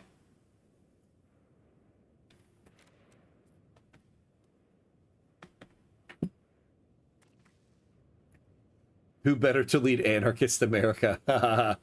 Yeah. Hell yeah. Do it. Yeah, I don't know what mod I would make. If I knew how to make a mod, I don't know. I don't even know what I would make. Only some countries, but it feels like the only reason they have added the flavor is to forcibly slow down the game. Oh, fascinating. That's interesting. For example, for the USA, it makes it so you can't trigger the Civil War earlier, than the actual date. See, that's interesting, because, like, the 1860s is, like, you're into the mid-game at that point. That's the beginning of the mid-game. So, it's so funny how that seems, like, so late to fight the Civil War, even though that's, like, when it actually happened. Or Russia just gets horrible debuffs to weaken them for a lot of the game. Oof. I want to do an offline run with Russia before they do the big update. I've never done a full Russia run.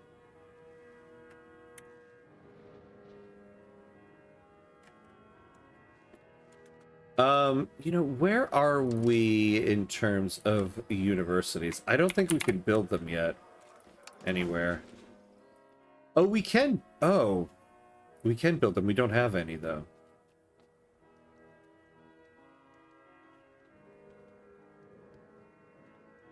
Okay, traditional economy is killing me. All right, can we start revoking things, maybe? Let's take a look here. Oh, we are going toward capital economy. Okay. So maybe we don't need to do that. I'm just not a fan of mods which artificially slow down the game like that and remove choices from the game in flavor of a more linear experience. That being said, Better Politics adds an amazing political experience. Yeah, it'd be interesting if you could, like, get the mod and get rid of all the flavor. Just take the mechanics. Or flavor you feel like is missing. Yeah, the best place to start seems like doing quality of life stuff that you pick up as you play. Yeah, I feel like there's a whole slew of mods out there for Victoria 3 and for EU5 here that are just quality of life stuff.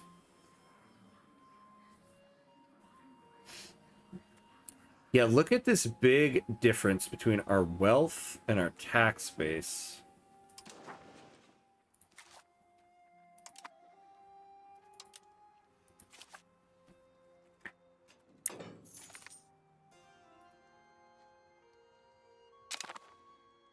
I don't want to use our local governor because this was going to be the perfect place for it.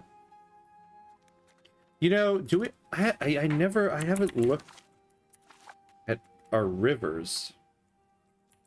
What do we have?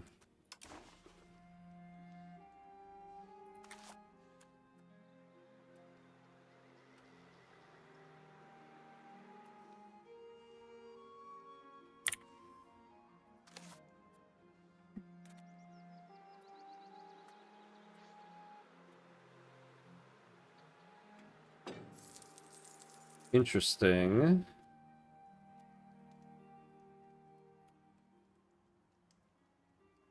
The bridge.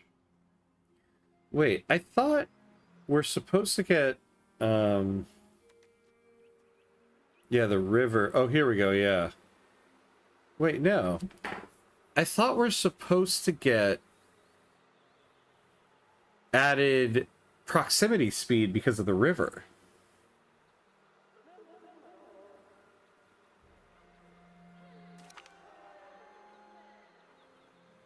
I wish they would make it so you can have achievements and mods in EU5. Yeah.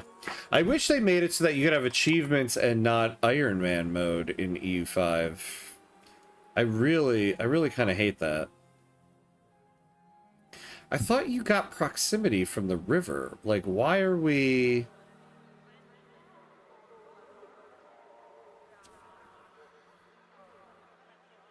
At least manually whitelist some quality of life mods which don't impact gameplay. Yeah. Oh, the river map mode over England is so sad.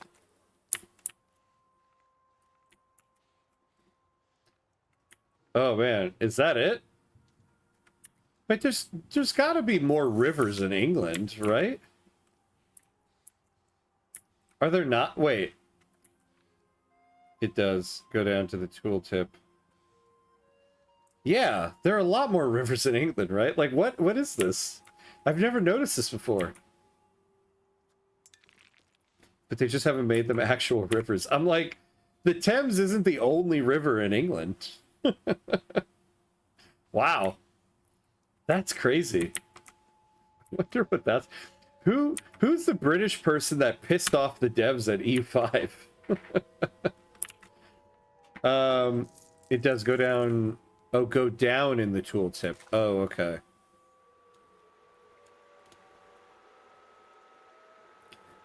Wait, which tooltip?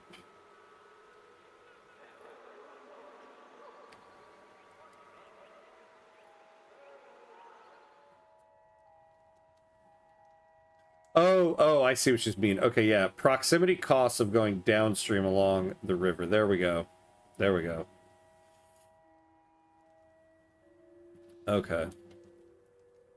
For example, in Hull, they have the River Humber, which is a pretty significant historical river. It's not actually classed as a river. That's crazy. That's really crazy. Like, I have more rivers here in Serbia, it seems like. Look at us. We're up to 300. You know, we might actually be able to do this.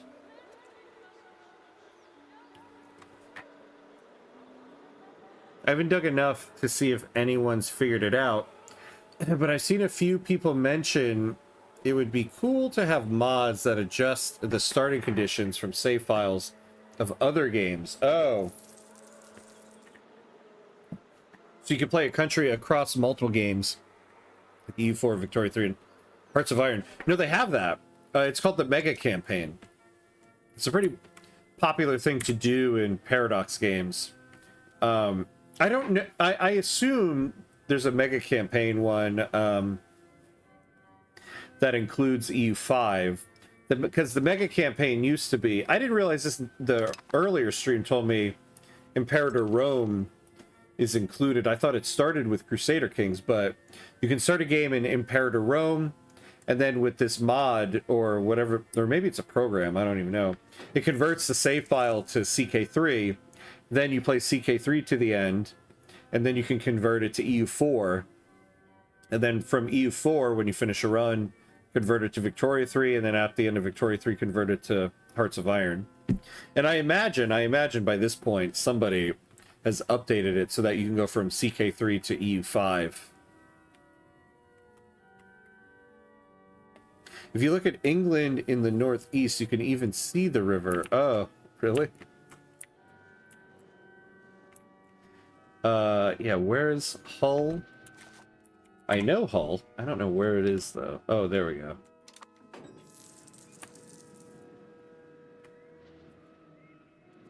But it's not classified as a river. That seems so strange, too, for, like, England. They wouldn't do that.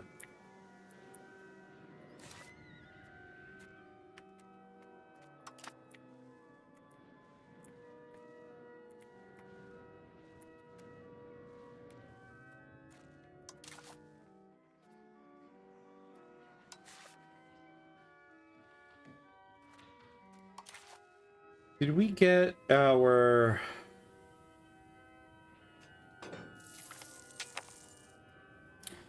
Yes, we just got our Casus Belli. Alright, so let's pause for a second here.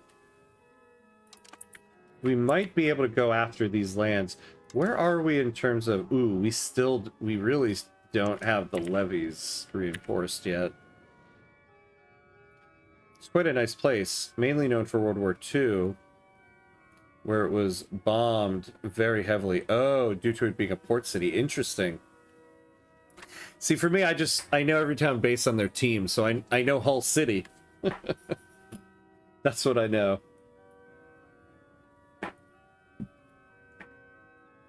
Oh, dope. I'll have to check it out. Yeah. I've never actually done it myself, but it seems like a cool idea.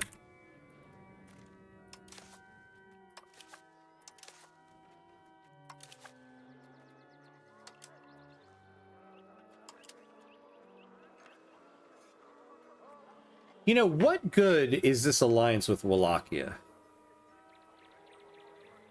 Seriously, they're useless. Damn, look at Naples, though. Oh, my lord. Yeah, I don't think we're going to war with them. Wait, we are stronger? Our navy is stronger than theirs? We have one boat. Do they not have a navy? Wait, what? Oh, wait. Oh, but our allies. What do our allies have? 8. What does Sicily have? Oh, Sicily.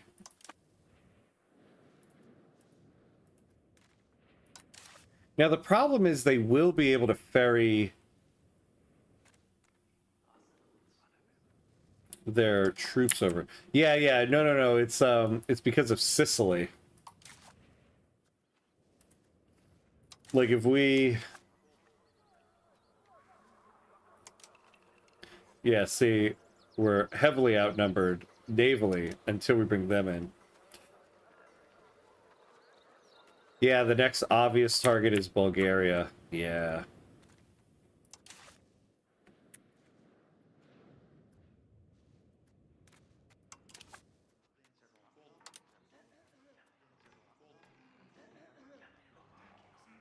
Be so nice to have that alliance with Hungary, though. I wonder if we can get it back. Well, first I should make sure...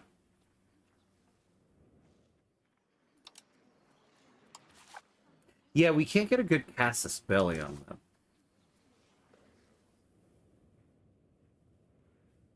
Yeah, that's true. Would they help us?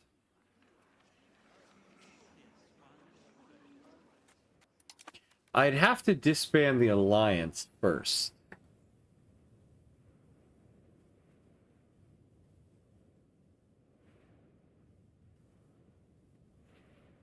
In order to check that out.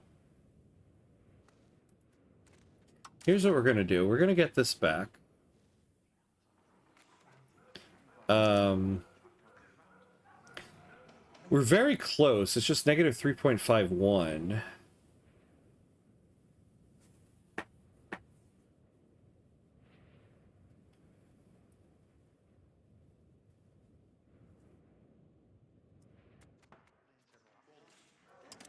So let's improve opinion for a little bit.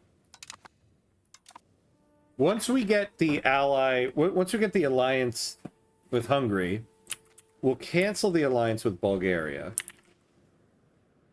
I mean, the other thing, though, is I do feel like we might be able to take these locations before Naples can bring anybody over, and Sicily would very likely be able to take them over.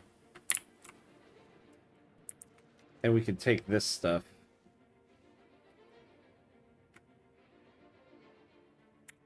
I might do the Naples thing first. Problem is, though, we don't have the levies at the moment for any of these wars. I don't want to go to war when we have so few levies. Here we go, reinforcement speed when we finish this. What is this drill army?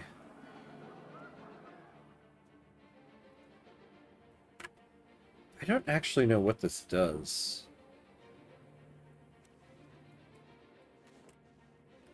Yeah, Jack, you make a good point. Should I really be relying on Sicily to protect us with their navy? That is a big gamble.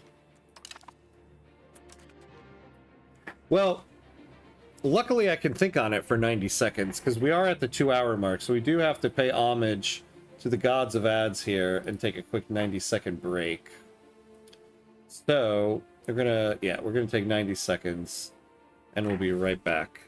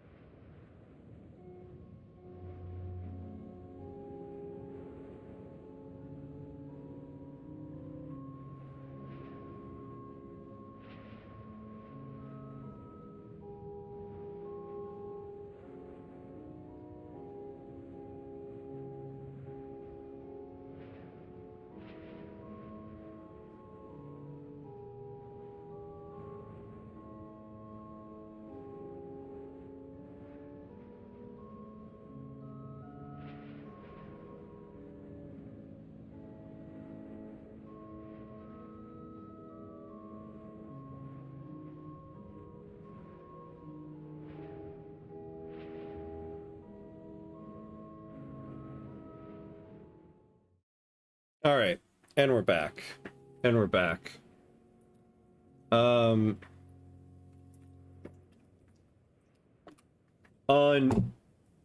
further review, I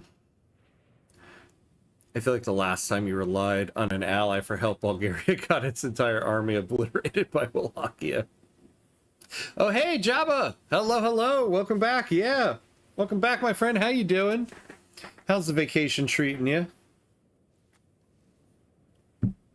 Yeah, on further review, it's insane to declare war in a country that has access to 21,000 levies, 1,700 standing army, when we are sitting at this. So yeah, I think maybe Bulgaria is the better option. I do really think that we need to get the alliance with Hungary in order to do it. So that's what we're going to do. Once we get the alliance with Hungary, we're going to cancel the alliance with Bulgaria and then go to war. Oh no, 2 years ago today, Mom passed away, so having a rough one here. Oh man, I am sorry, my friend. Sorry, my friend. My thoughts to you. Yeah. Yeah, condolences to you, my friend, but humbled and thankful you decided to come here for a little bit of escapism for it, so I appreciate that. And hopefully we can help you. Hopefully we can help you get your mind off of it a little bit. Maybe we'll help you get your mind off of it through plotting war. Here we go. We're trying to decide who we want to go to war with. Who us and our heavily depleted army are going to go to war with. You know, the other thing is, it might be worth maybe waiting until we can get the armory to really go to war. Let me slow the game down here, because what do we want to research next? We're kind of getting to the point where we should be thinking about that. Yeah, hopefully wars and games are always exciting for sure. Yeah, exactly. Time for war. Definitely. We're going to be doing something here.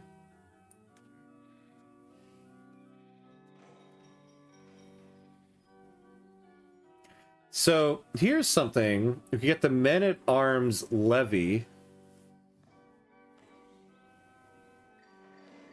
after further deliberation, the war cabinet has concluded declaring war on Naples would be insane. Yeah. Thank God for the war cabinet to put their crazy leader in check sometimes.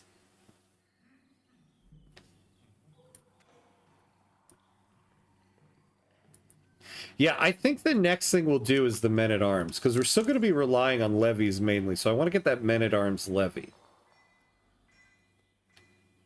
And then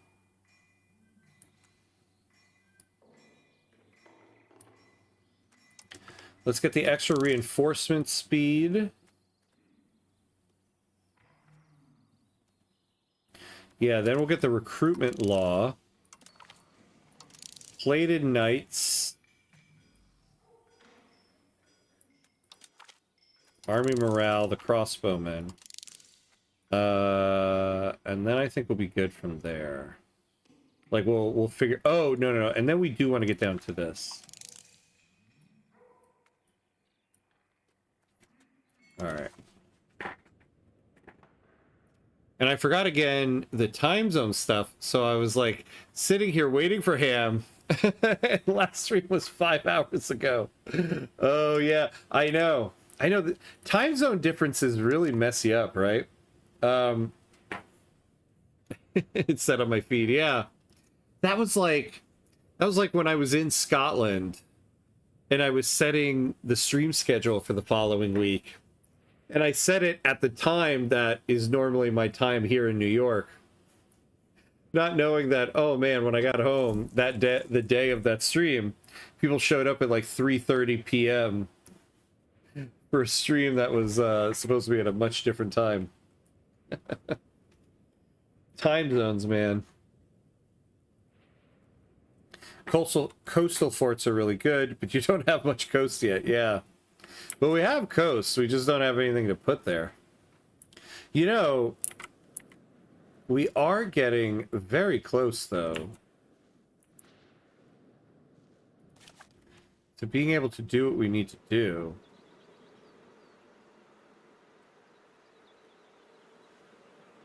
But I'm wondering now... See, next month we'll be able to convert this to a town. Do we want to do that and then build a wharf and then start building up a navy? Or in a little bit we're going to have an armory. We use this money to build a bunch of armories and a bunch of standing units. Oh, new watch streak unlocked. Let me see. Whoa, the big... You reached a 90 stream streak. Oh my god, Java. You are amazing, my friend. You are absolutely amazing. I love it. 90 stream streak. My lord. Man, that is so... You know, that is actually really humbling. Because I remember, like, first starting out about a year and a half ago thinking, like, man, nobody's going to want to watch this. Nobody just cares about what I'm going to be doing on a video game. So the fact that you want to be here and watch me so consistently, I appreciate you. Oh, and there we go. Jack, take a drink. Look at that. I saw the take a drink immediately. So Cheers. Cheers to the both of you. Jabba's got the 90 stream streak. Jack is so graciously created and manages the ham cord. I am very, very blessed. Oh. I went here to say that, I completed Real Jack's Take a Drink. And I see I missed a Take a Drink from Timko the Malfar from 2 days ago. Whoops. Sorry, Timko. Yikes. All right. As the state and its bureaucracy grow, there is an ever-increasing need for people to oversee and administrate various lands and functions. The Vlastella expect to be first in line when government offices are being handed out, while the Mestanstvo claim that we should appoint men according to individual merit. The unexpected death of a trusted secretary has left a vacant position to be filled at the center of this conflict, with the Mestanstvo supporting one candidate and the Vlastella expecting us to pick another. While both candidates are talented men, this has to be a political decision. All right. So the Vlastella are at 50. The Mestanstvo... Mestanstvo is at 56. I have the option to be like, screw both of you. I'm going with the clear. Now, let's go with the Vlastella. Keep them happy. Yeah, poor Tim. Those 100 channel points wasted must be devastated. Well, no. I can, if I don't do it, I can refund them back. So he did get his channel points refunded. I did refund them.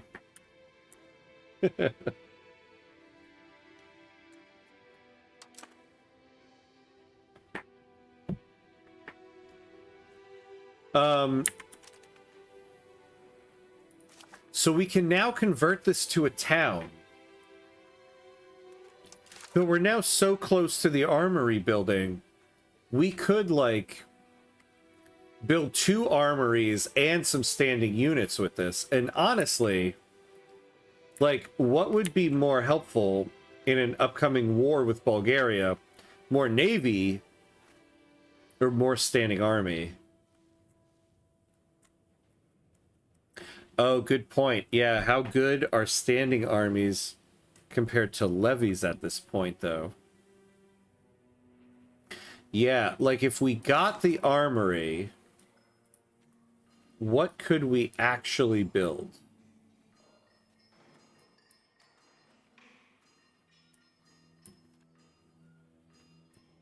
Where is it? Where is it? So the armory... Yeah, so the armory itself won't unlock anything. So the things we could build are like... Yeah, footmen and archers. I'm not sure at what point standing armies become better anymore. Well, I think they become better... Yeah, you make a good point. It's not enough to just get the armory. I need to unlock all these new units in order to make it worthwhile. Hey, DeWolfie, good morning, good morning. Yeah, look how small Byzantium is. We just finished a war with them, and so we took a whole bunch of stuff from them. And Bulgaria took a little slice of their own. So yeah, look at that. How many, look, they have 1, 2, 3, 4, 5, 6, 7. They only have 7 locations left. But look at the Ottomans, man. That's going to be a problem. How are you doing? Good to see you. Yeah, I think you make a good point there, Jack. We need better messaging, Ham. Bulgaria stole land. we need to justify the next war. I see my war council has now become the council of propaganda as well. You're right. They took land and pieced out on us.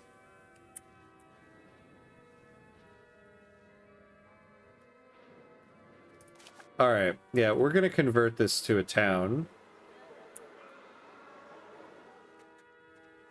Now, let me just make sure I'm making the right decision.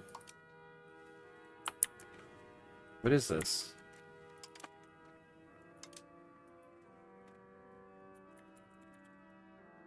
Because we have a 100 natural harbor here.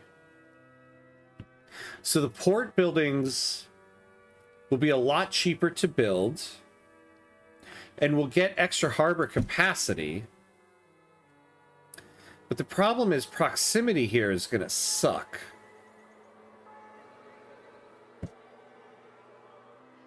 Doing well. Gonna brew some morning coffee. Oh, nice, nice, nice. Oh, I love the smell of brewing coffee in the morning. It is such a great smell. I do love coffee, though. That's probably why. No land for cowardly traitors. That's right. That's right, Legion. So I think I'm making the right choice here. We can't really build a port town in a place that has mountains. It's so crazy that they gave this. How is this a 100% natural harbor suitability? The war cabinet becomes a propaganda cabinet when not at war. Yeah. The war cabinet becomes the propaganda cabinet so that we can go back to war.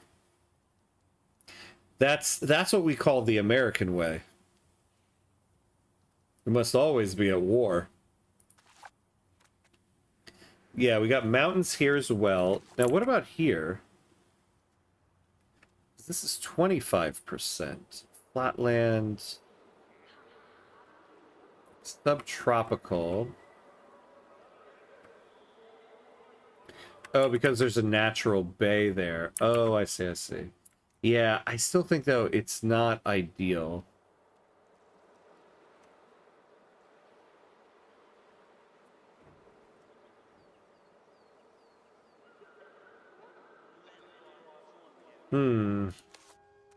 And this one has coastal location, grasslands, subtropical. So it's pretty much... Oh, okay. You know what? So over here we have coastal location, grasslands, subtropical, flatland. Coastal location, grassland, subtropical, flatland. Okay. So, actually, these are pretty much the same location, except for the fact that this has a 25% natural harbor suitability. And this has 5%. So, actually, this is the location we want to convert to a town.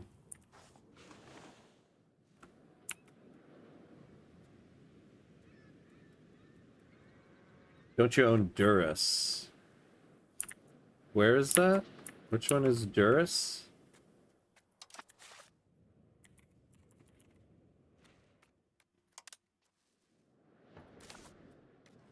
No, I don't. I don't.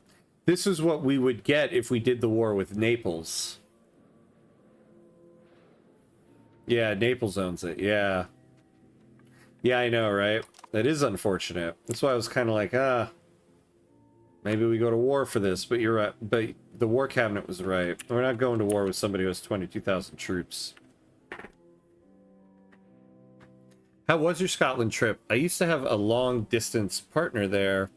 We fell out of touch over the years, but he traveled a lot for work and used to send me a ton of pictures. It looked beautiful. It was beautiful. Scotland. So I was in Edinburgh, and it was great.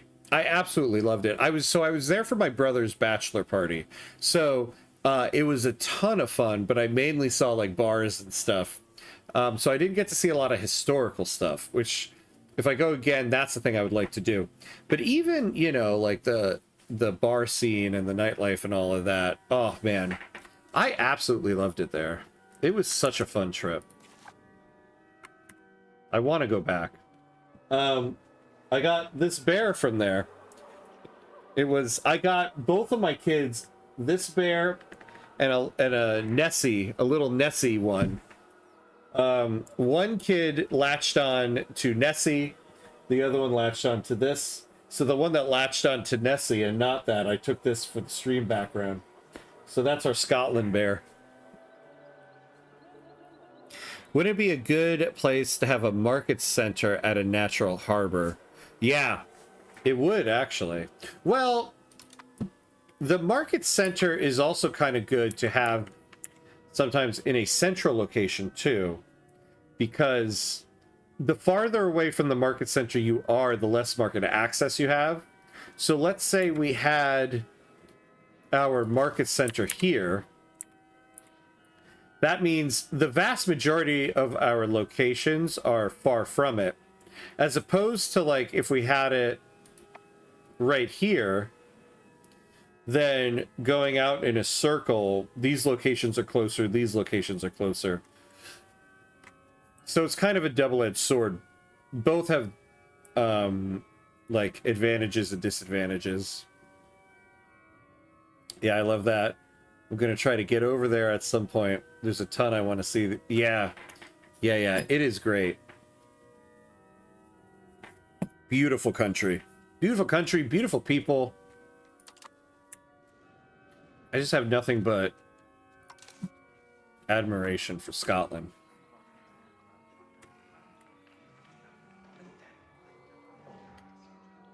To be fair, the pubs are a pretty big part of the culture. Okay, yeah. So before, okay, we're gonna say pause for a second here. I have to say this. So one of my brother's best friends is from Scotland. Is from Edinburgh. And he told me at the beginning of the trip, he's like, the beers in New York City are awful. They're absolutely awful. And beer in Scotland is much better. And at the beginning of the trip, I was like, yeah, whatever. Like, everybody thinks the stuff in their home is better, right? So I was kind of like, okay, yeah, sure, whatever. And he was absolutely right.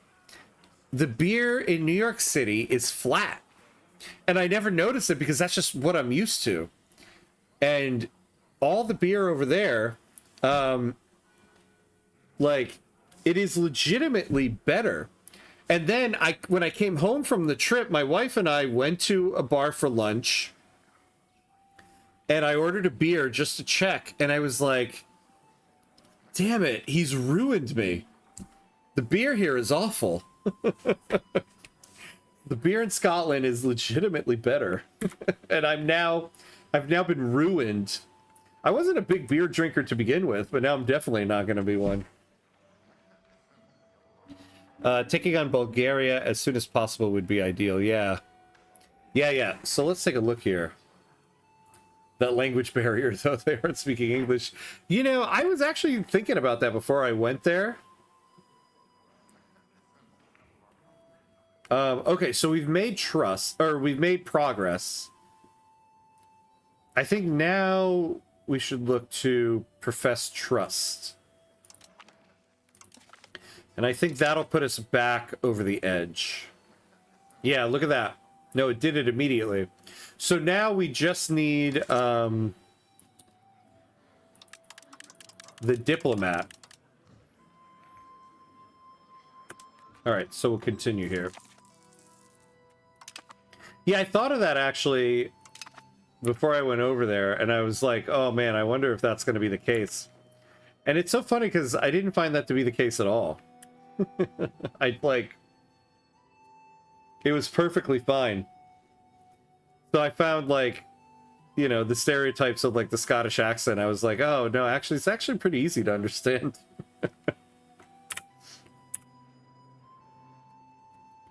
I would just spend a bunch of money to get that diplomat next month. Yeah. Well, we're gonna get one the next... Oh, there we go. We got it now. Oh, and the diplomat is done with Hungary. All right.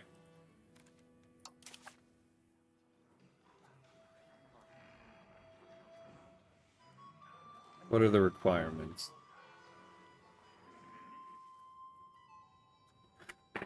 Oh.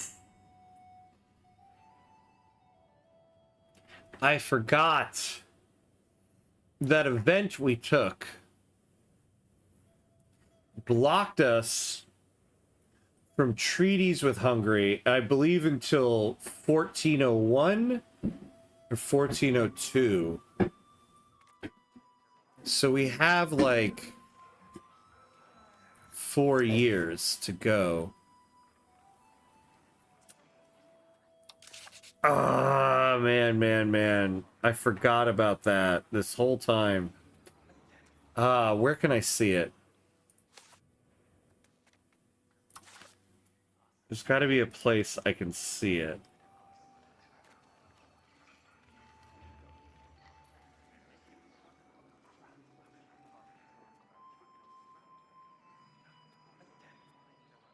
Casus Belli, improving relations. Opinion. Oh, annul treaties. 1403. July 1st, 14. So we got 5 years to go. I forgot about that.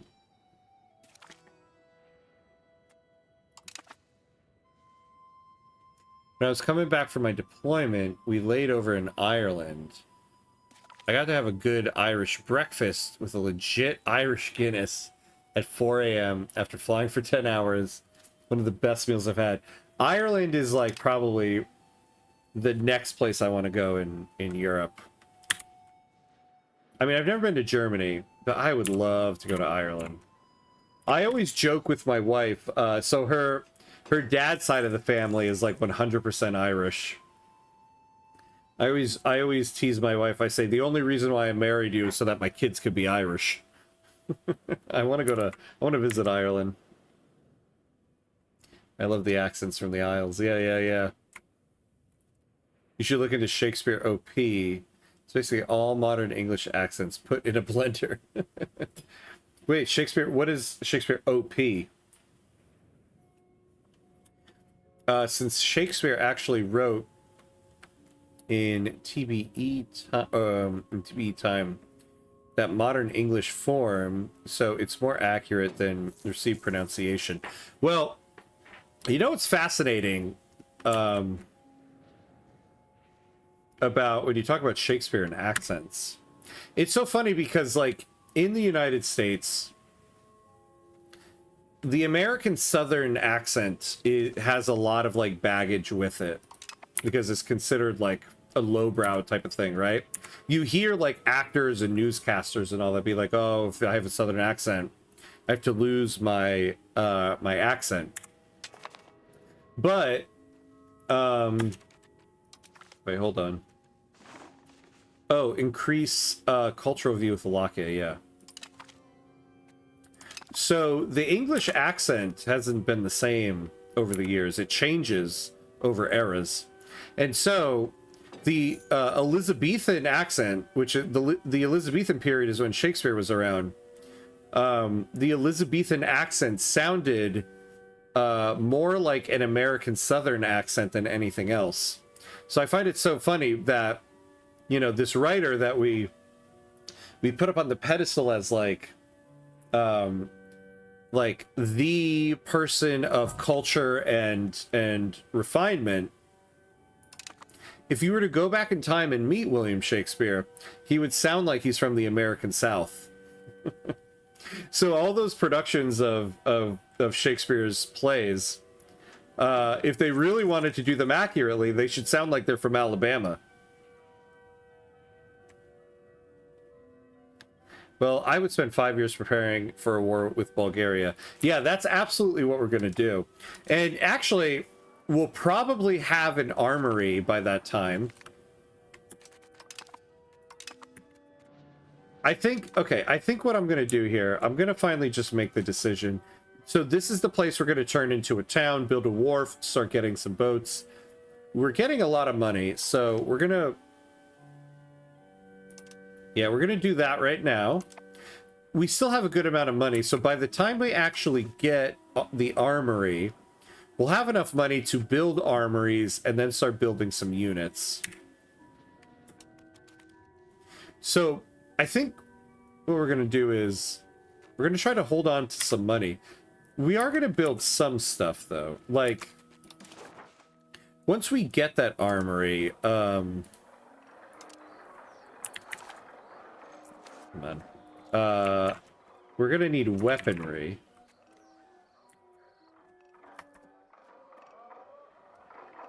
So we do have a surplus.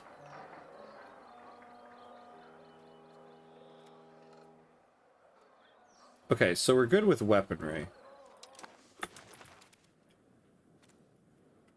Well, we do have a surplus, but that's mainly because we're not paying for army maintenance. You know, we're going to bump this stuff up only because this will actually help our economy, and we have enough money for it. Oh, and we have 100 legitimacy now. So let's lower this. Oh. There we go.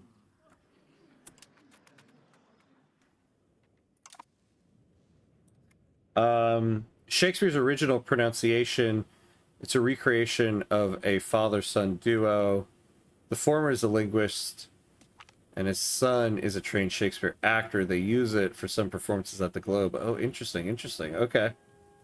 Did we just receive a lecture for free? Yes, you did. Yes, you did. Poor Max isn't here. He's been asking for a theater lecture for so long. There it was. Yeah, that's why they were trying to reconstruct it. There's actually a ton of jokes that you only get with the right accent. Yeah. Yeah. And also, you know, like the iambic pentameter tempo of it. Most of them are dirty jokes. I was just talking about that. I forget who I was talking about that with, but like, it's so funny that people teach like Romeo and Juliet in freshman year of high school. It's actually a very dirty play when people really know what it's talking about. Especially like the Queen Mab speech. People talk about the Queen Mab speech as like, oh, this is such a beautifully written speech. And I'm like, Queen Mab speech is about teenage boys having wet dreams. And yet, here we are teaching it to 14-year-olds as like the height of refinement. Which, don't get me wrong, it is written beautifully, but that is what it's about. I'll drop some vids in a hamcorn. Yes, do that. Do that. I would love it. I would absolutely love it. From the most eastern seas to the warmer waters riding the monsoons, there is an abundance of ships constantly sailing between the many ports. From small... Okay, I'll be honest with everybody. I have never seen this word before. I gotta look it up. I don't know that word. Oh, it's a traditional wooden sailing vessel. Oh, yeah, I've seen this type of boat before. I feel like I need to...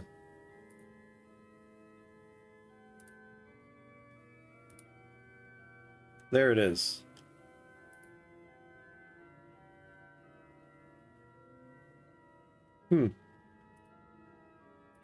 Interesting, though. I've never actually seen that word before. Okay. What is it? Dhow? From small dhows to great galleys, taken together, this trade network provides goods and supplies for more than half of the world's population. What many of these galleys have in common is that they are manned by Muslim sailors from Africa or the Middle East, joined by converted locals. Whoa, okay, so Eritrea. We picked something that Eritrea will get. Oh my god. We gain 1 sailor. Eritrea gets something, and we lose 190 coin? Like... Oh, I guess we get this guy? No. Yeah, give us that. The church is a large landowner, and this has brought a great deal of wealth to it. The non-possessors now claim that it is being corrupted by this great wealth.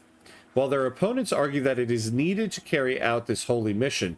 The key thing is we do not get much taxes from such wealth, and if the church was forced to give its land away, then it would move it into the hands of people we can tax. Of course, the downside would be that the resources of the faith would be diminished.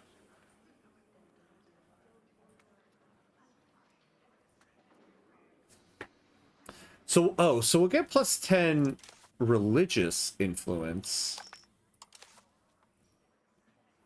Ooh, which gets us so close to this. We could actually use this. Yeah, we'll take that. Oh. Members of an Albanian tribe from Liege, faced with tribal conflicts and poor opportunities, have chosen to leave Illyria in hopes of finding a better future. Not much is known about their current whereabouts, but rumors are that they are trying to settle in southern Epirus, within Praga. Let us see if they can find the peace they so desperately crave. People back in the day were absolutely not decent. Yeah, this is true. Yeah, the father brought up an example of the one people use at their weddings all the time. Apparently, in the right accent, hours to hours is synonymous with... Oh, interesting. It's a double entendre about sailors in port. Oh, man. Oh, yes. Remember, you can reduce diplomacy spending now. Yes. Excellent. Thank you, my friend. There we go. So we're good there.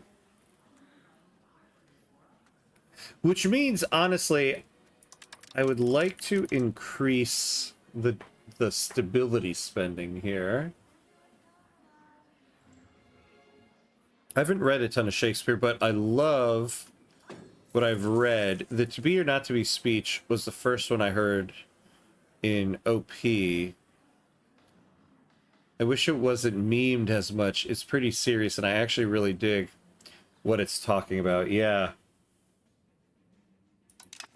You know, it's really fascinating, actually. Should look up. There's an interview on Stephen Colbert's show, which is funny because I think, right now, the very last episode of Colbert is airing right now. He had an interview with Ethan Hawke. And Ethan Hawke was talking about how he was invited to the Royal Shakespeare Company to do this like anniversary or retrospective thing for Shakespeare. And they gave him the To Be or Not to Be speech. And Mark Rylance is the artistic director of the Royal Shakespeare Company. And he asked Mark Rylance, he was like, "Are you guys like punking me or something? Like, you give me the one American here the To Be or Not to Be speech? I'm really nervous about it." And so he was giving him tips on it. And it's a really fascinating interview where he talks about how, like, the advice he got about doing that speech, because he was like, Mark Rylance was like, "What is the opening line of that speech?" And he goes, "To be or not to be." And he's like, "No, it's not. Look at the speech. The opening line is, 'Now we are alone.'" And he gave him the advice. What you do is you run right through the line, "To be or not to be." So you just do it quickly, like, "To be or not to be." And the audience misses it. And because the audience recognizes the line, but they missed it, they will now pay attention to every single word you say after that. It was a really fascinating interview. You should, so yeah, I should find that and post that to the Hamcord in reference to this, because it is fascinating. So we have a lot of money here. The reason why I'm not using it is I should probably use it for economic stuff. But there's a part of me that's like, I'm going to want this when we unlock this tech. But it is going to be some time. I should do something first. It's going to take a year for the founding of the town. All right, what could we use to give us a little bit more Spinners Guilds?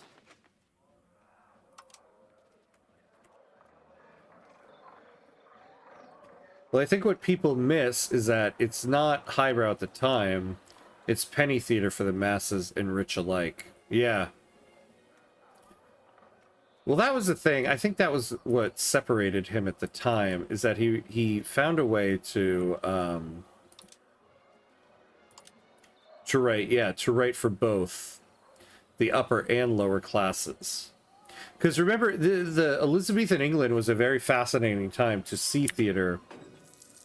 Because unlike a lot of the previous eras in history, you had a convergence of all the social classes on the same building to see the same show, because theater was now a money-making venture. As opposed to previous times, like you look at like ancient Rome, there was a distinct separation of classes as to who saw what show. But in Elizabethan theater, it was now a capitalistic venture, so they needed as many people as possible to pack the theater. What are we importing the most? So dyes. What we really could use is dyes. We do have a dye RGO now, but I don't think we have a lot of control there.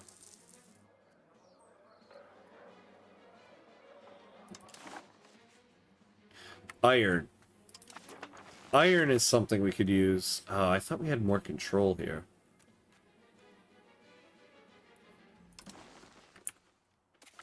We should get a road in this place.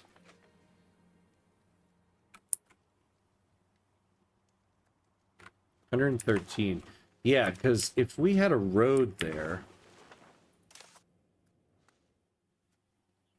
No, let's take a look at wealth. Who has a lot of location wealth? So let's look at the wealth map, and then let's look at the road map. Yeah.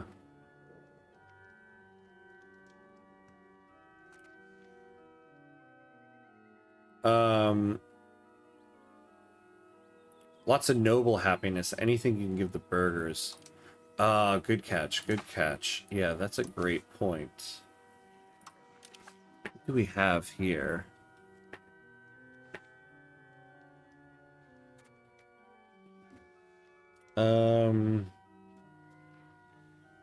Monthly progress to capital economy. Where are we in regards to values? Oh yeah, that's right. We are moving toward capital economy.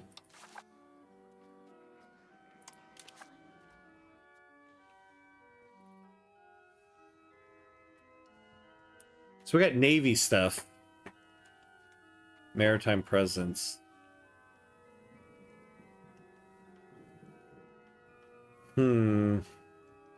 Monthly development. Urban development grants. Urban development grants actually isn't so bad. Oh yeah, look at that. Great minds think alike, my friend. Urban development rights, yeah. We could use that development. Let's do it. Yeah, we do, though, need to work on this.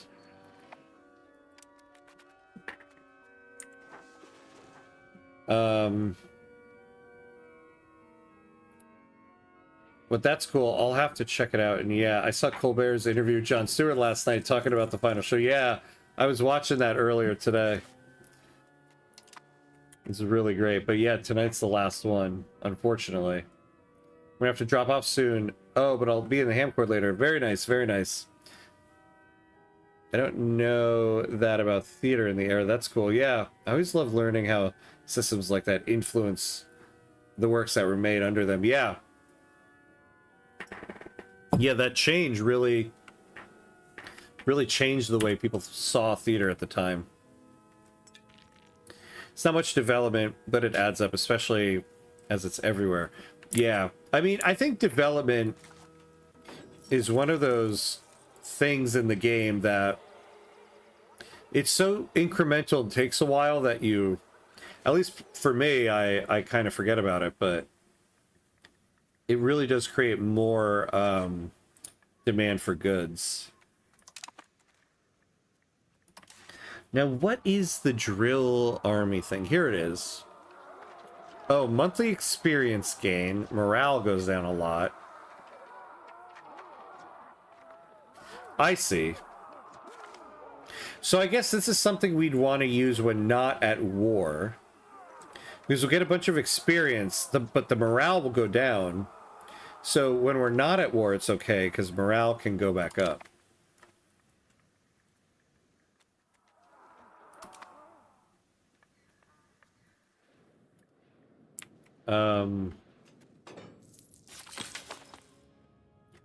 Oh, finally.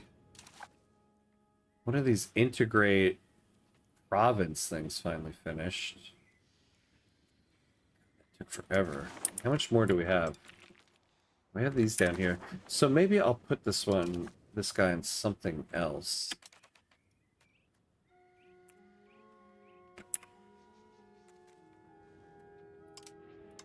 What did we say about wealth?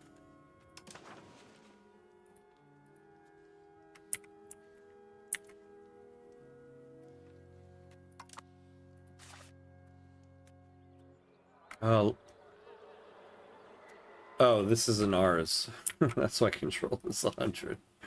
Yeah, that'll do it. That'll do it.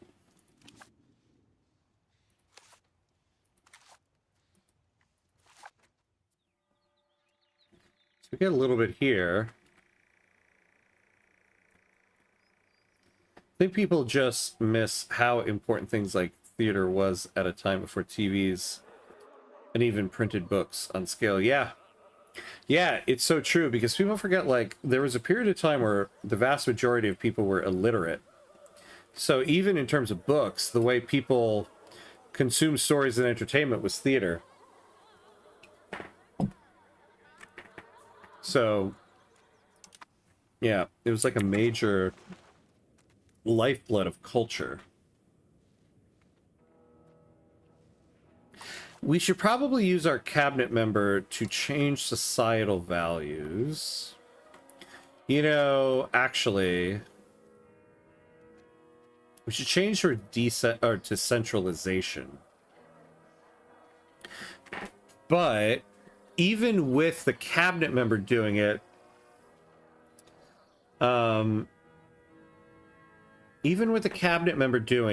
it's not going to fully swing it over.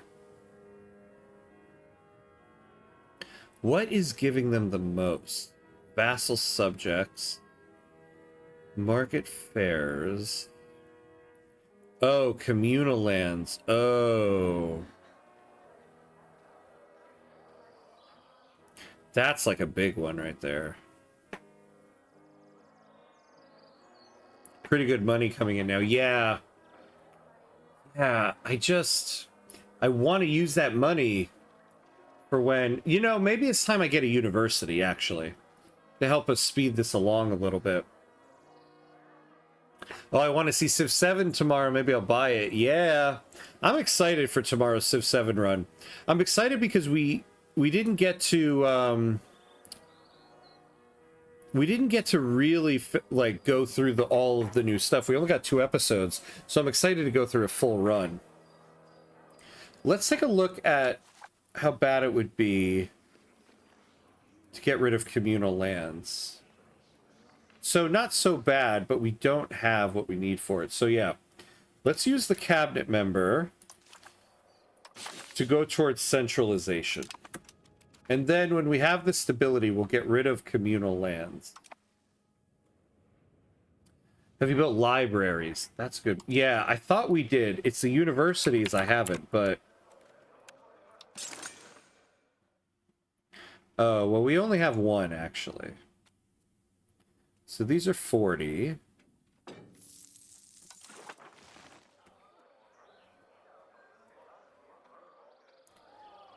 So plus 5% literacy, 25% institution growth.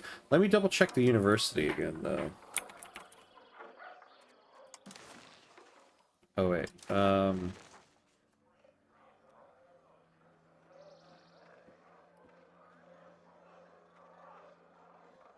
Oh, we get local pop promotion speed. But yeah, how much does it cost? Oh, 318.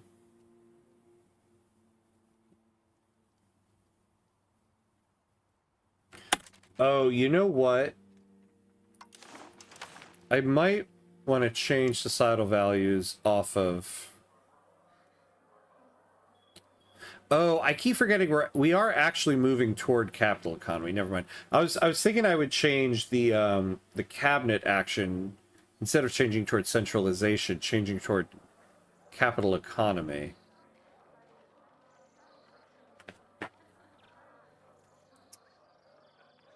I wonder why EU5 got mixed reviews now. Isn't the game great fun?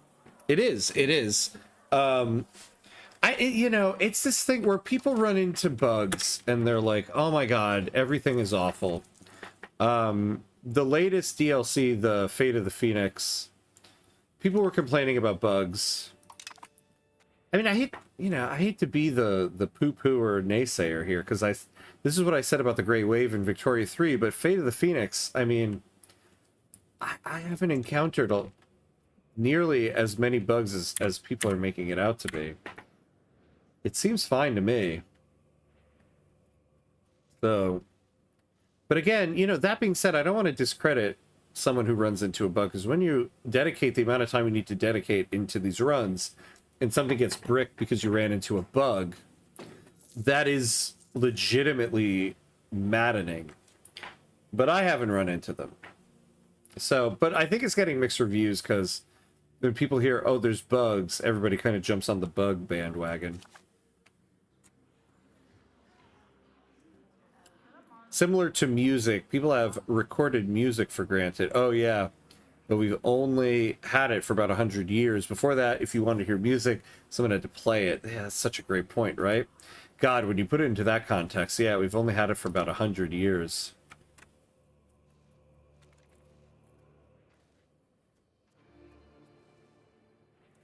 Oh, are we...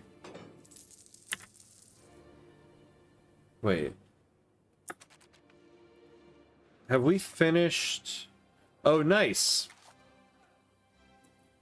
Okay, so this is a town now. So we're gonna... This is something new. We're gonna give them some urban rights. We're gonna make it a staple port.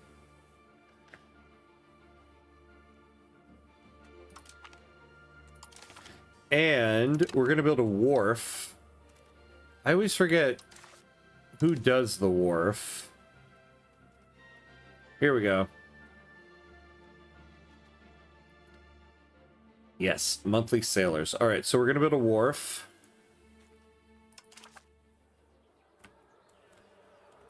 What is naval supplies in the market?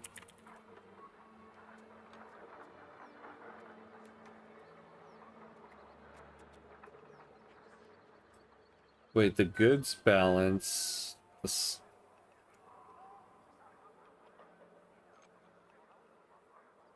Yeah, there's no demand on it, right? You know, they revamped this. I feel like I can't read this anymore.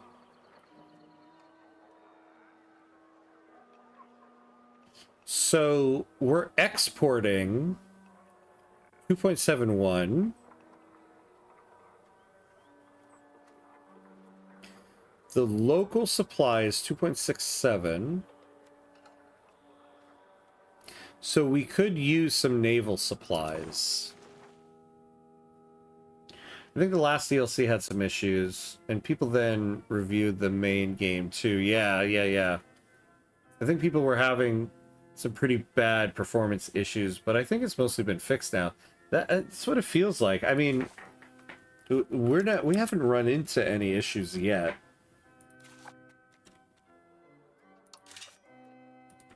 So let's build our own naval supplies guild, because we don't have any.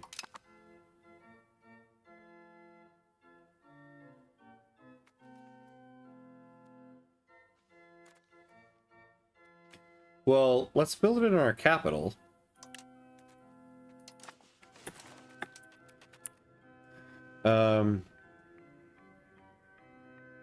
I see. I guess I don't understand this review bombing. Yeah, I feel like Victoria 3 and EU5 kind of got review bombed unfairly, to be honest. I mean, I think people are a little too precious. I guess, though, I do also think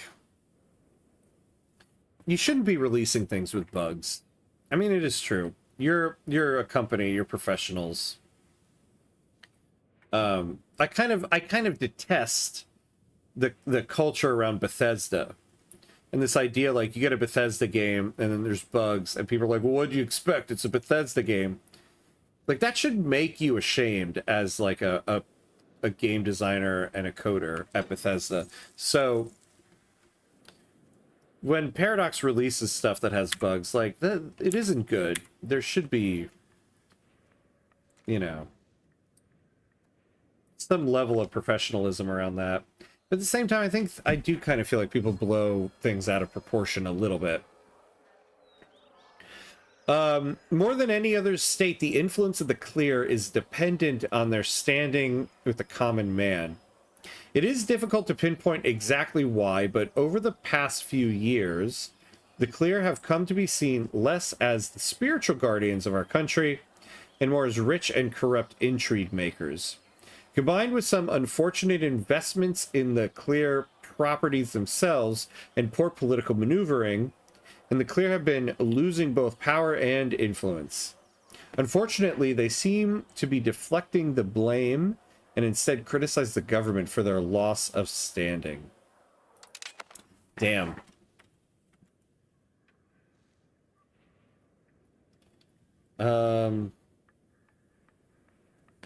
I would try and invest heavily into that place and try to get second large population hub going. Especially as it's near your capital, yeah. Actually, I am kind of thinking, too, it might be worth it. Yeah, we don't have a road going there. Yeah, that's what we're going to do next. Wessler was a German merchant and banking family from Nuremberg and Augsburg that claimed descent from the Byzantine general Belisarius. They provided a lot of the banking services to the growth of the Habsburgs Empire, making them extremely wealthy. By the age of discovery, they had trading posts in Antwerp, Madrid, Lisbon, Rome, Lyon, and many other cities. Bank of Wessler. Okay. I will 100% pick up this game in the summer sale. Yes! I think you should. It is definitely worth it. It is definitely worth it. And there's a lot of exciting stuff coming out for it, so it's still fairly new, so it's in, like, major active, you know, updates and development and stuff. I think Victoria 3's DLC reviews are totally justified. Oh, really? Interesting. They really overlooked the AI's interaction with the new systems. Yeah, no, that is definitely fair. That is definitely fair. Especially with it being the big DLC of the year and the most expensive. Although people should update their reviews once the issues they have are fixed. Yeah.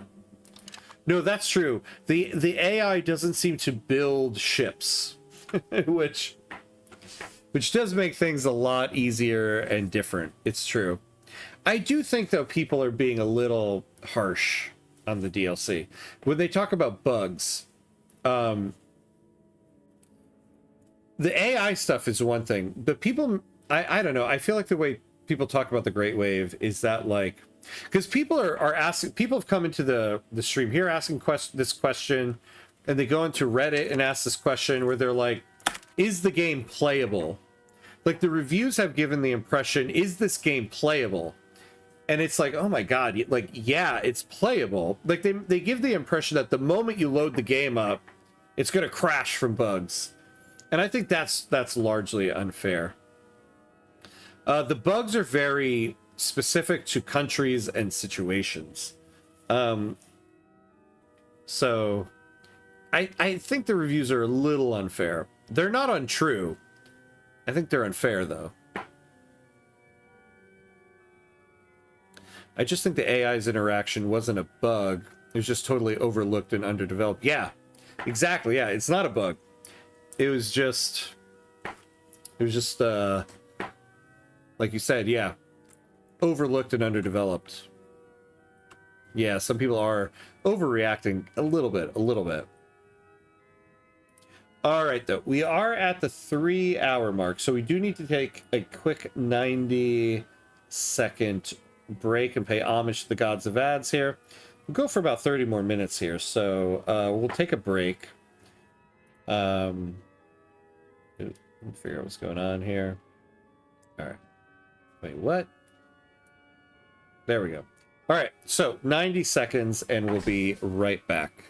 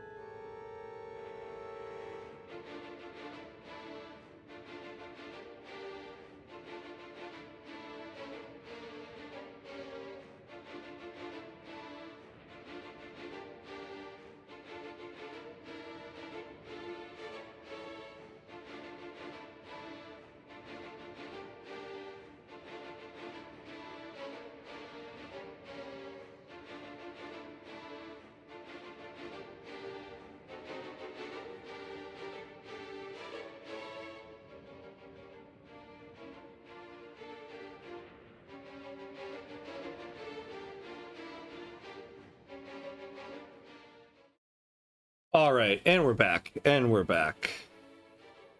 I mean, like, they said themselves, they got too confident. Yeah, no, that's a great point. The game director was like, whoopsie. So, yeah, there is a validity to the complaints. I think part of the problem, too, though, is that people were like, so I think part of the problem is that last year when Charters of Commerce came out, oh, hello, Nikki Stan, hello. I don't play EU5, just here to drop a hi. Oh, awesome, I appreciate that. Welcome. Thank you. Yeah, welcome to some EU5. If you're a Vicky 3 player and you don't know EU5 well, you'll feel very much at home, because the economy of EU5 here is very much Vicky 3-esque. I think the difference between Charters of Commerce and the Great Wave is that when Charters of Commerce was coming, people were like, we're revamping the trade system. And so everybody was like, oh my god, the whole game is going to change. If you're changing the trade system, everything's going to change. So people were expecting that. I think with the Great Wave, despite the bugs and the AI and all that stuff, it does kind of seem like people were like, oh, the Great Wave is an update to the Navy system. So naval combat will be different, but if I'm not doing Navy stuff, everything should be the same. And I think what we found is that there's updates in 1.13, in Vicky 3, and the Great Wave that have affected so many different systems. For example, the new strategic interests change heavily impacts your trade advantage in your trade centers. And not having nearly as much trade advantage in your trade centers affects the profitability of your trades. The profitability of your trades is affecting how much of your goods you're exporting, which is affecting the market price of the goods in those buildings, which is affecting the profitability of those buildings, which is affecting your weekly balance sheet and all of that stuff. And so I think people are running into like differences in their play, and they're like, oh my god, there's bugs. And the answer is a lot of the things aren't a bug.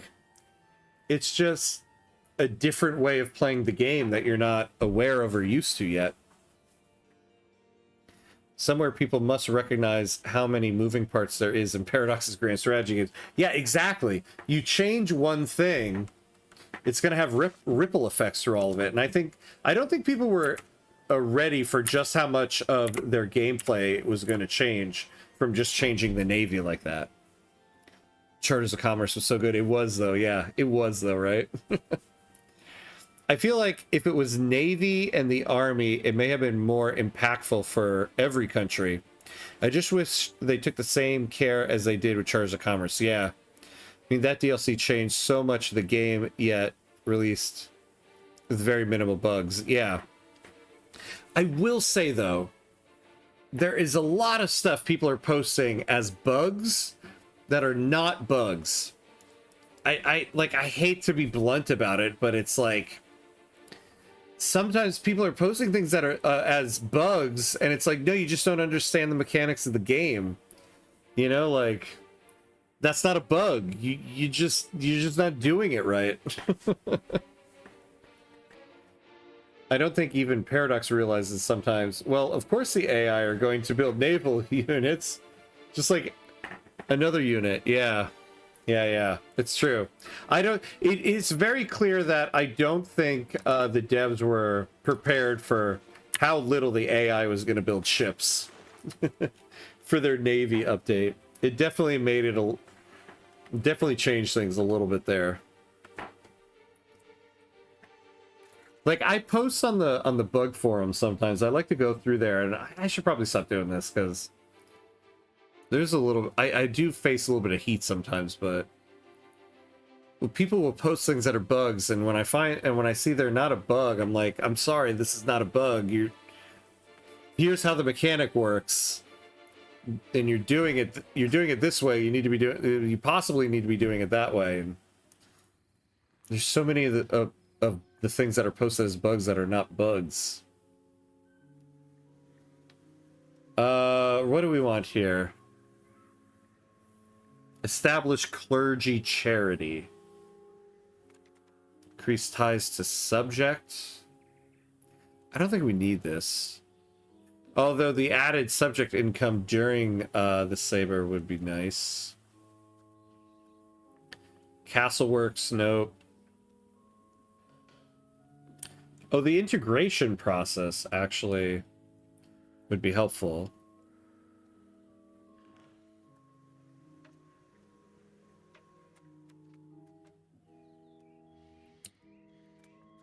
You know, this might be a good one to change some laws.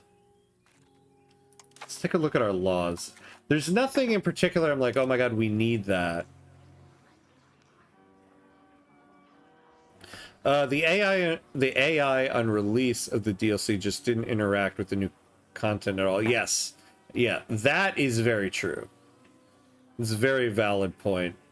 It does need to interact. I mean, what's the point of a naval update if the AI isn't going to build a navy? Like, it's, you know, it's funny because I want to create like a naval combat tutorial video.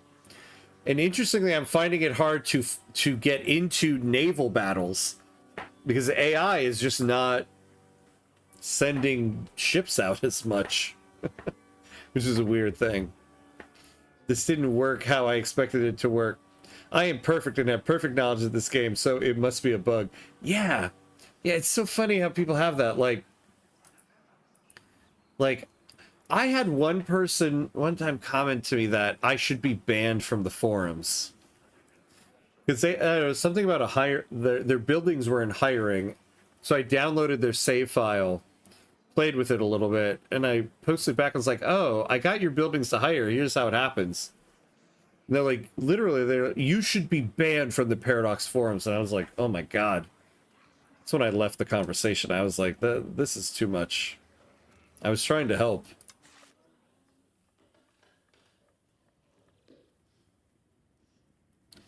Yeah, we might want to change one of these things. It would be nice to start, yeah, moving towards centralization. So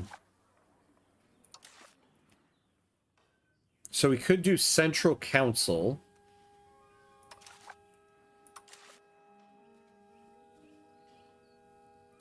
Speed of integration, yeah, not so bad.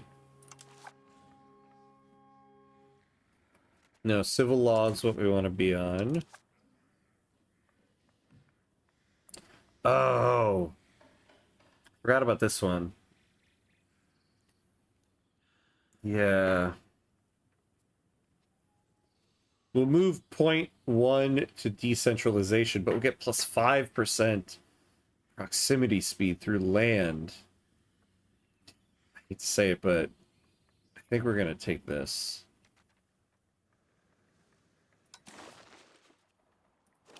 So, yeah, we're going to do promote integration process, because if we can get it to pass, this would be good. And during the issue, yes, speed of integration. Perfect. Okay, so we're going to do this. We're starting at 54%. We want to change Royal Court Customs.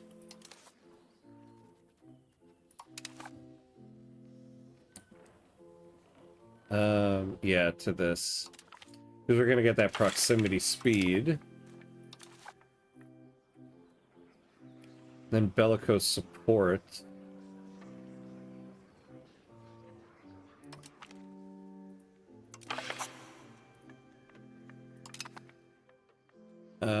Serfdom support. Yeah, that's not so bad. And then we'll wait to see if we get some events.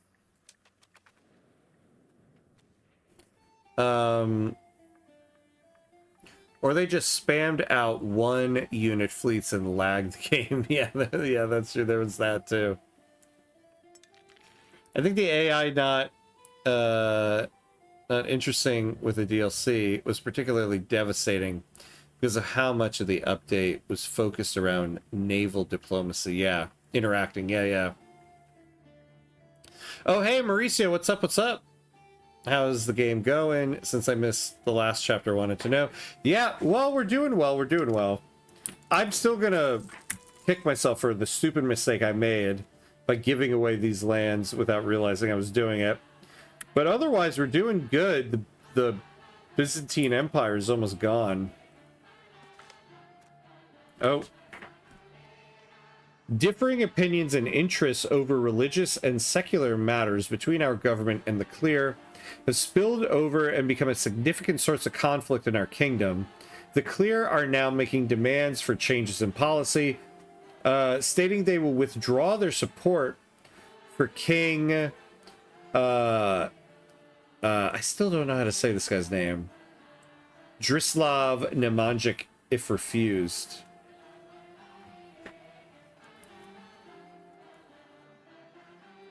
Yeah, let's lose the prestige. That's fine.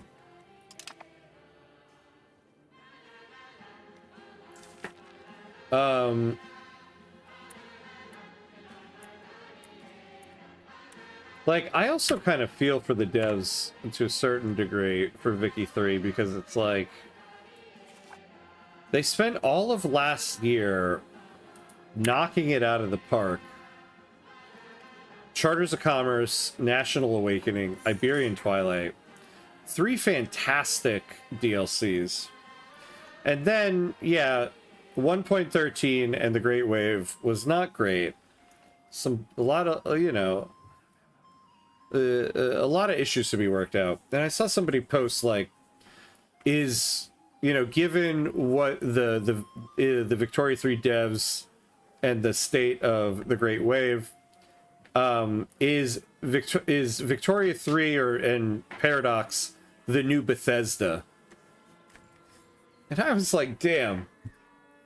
They gave you an entire year of content, and then they had one sketchy release, and you're like, oh, they're Bethesda. Like, God, that's gotta be maddening to hear. Hey, Kumalex, hello, welcome. Hello there. I finally reached 1 billion playing as Mexico with the US still alive. Oh, nice. 1 billion GDP as Mexico. That is no easy task. Congratulations. Congrats. They are not the new Bethesda. Bethesda is the new Paradox. Oh, why? Did Bethesda have some good releases recently?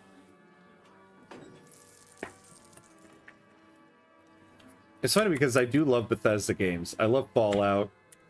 I actually do really like Starfield. So yeah, that is kind of funny. Though yeah, those games are buggy. All right, we're in 1400. So what was the year we're waiting for with our little treaties? Oh, 1403. We got like 3 years left. Well, 2.5. Paradox doesn't try to sell us merch that doesn't exist. Yeah, this is true too. They do big releases. It's broken. Fix it with a paid DLC. Who are they? Yeah, good point. Oh. All right, we gained quite a bit, and it's about to end. Oh, capital economy. Yeah. Let's do this. Over 52%.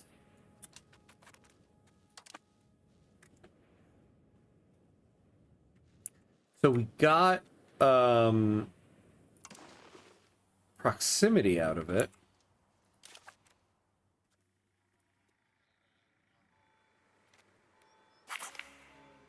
All right. So integration will speed up.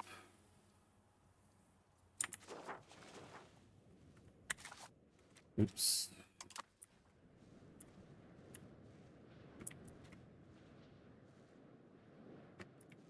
God, this little piece of land that Bulgaria took is still pissing me off.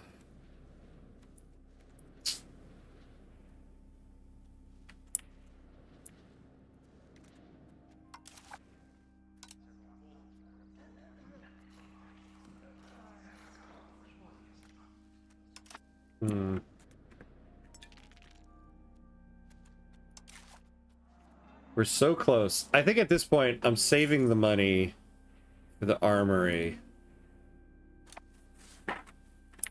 Oh, how long till we get this built?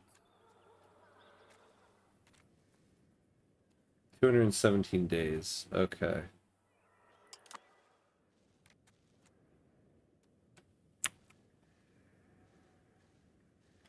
Oh. Did we finish the road?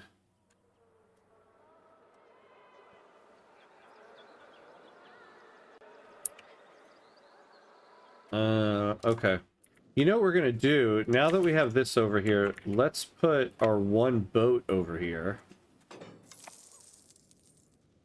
Oh, although we're... Yeah, the maritime presence isn't gonna help us, though.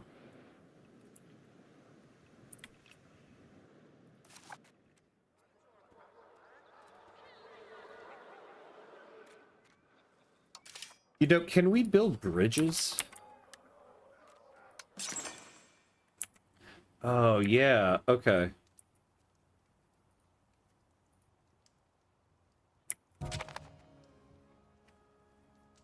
Oh, we bring sad news. And Aeneas Calamaris has died at the age of 44, and he was the admiral in the First Navy. He died while the Navy was in Drin Bay. Okay. Yeah, we still don't have any crown people to add.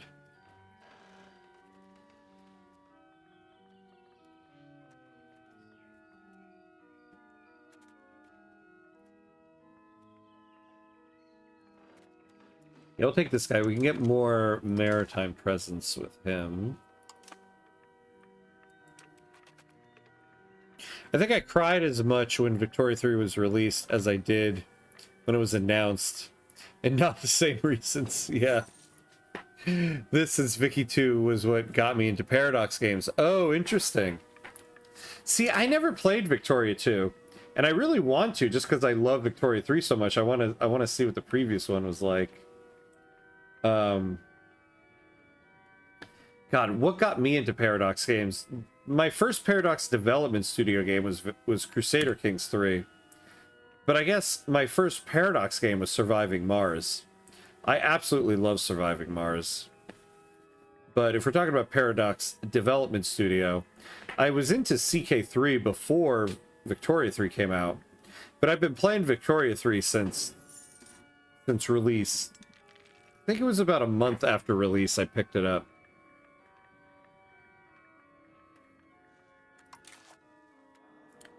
So close. And then we're going to get the men-at-arms units. And we're still not getting a lot here.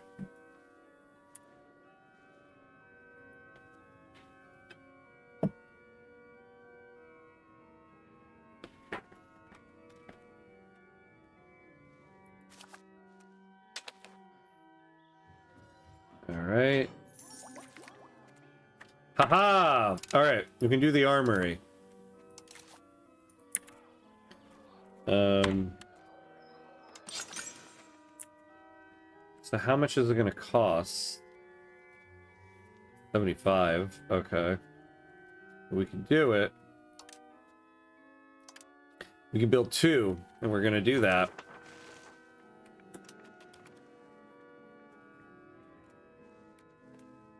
My first Paradox game was Via Reich. Oh, yeah. A risk-type game about teaching Swedish history with some mini-games and chess-like combat. I know of that, because one time I went on one of those, like, internet deep dives into, like, the history of Paradox and the Europa Universalis series and all that. So I read about that game. Never actually have seen it or played it.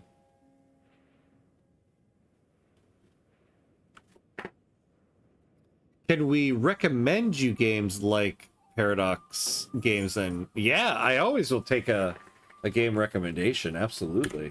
What do you got? I got to give them that. At the end of their cycle, most of their games become beacons of the genre, like CK2 for me was at its end the best game I've played so far from then. Yeah, I think that's inherently the problem with Paradox games. Well, the problem and the beauty of it is that they release the game, and what's nice about it is you know that this is a game you're going to be playing for like 10 years, because they're going to be updating it for like 10 years.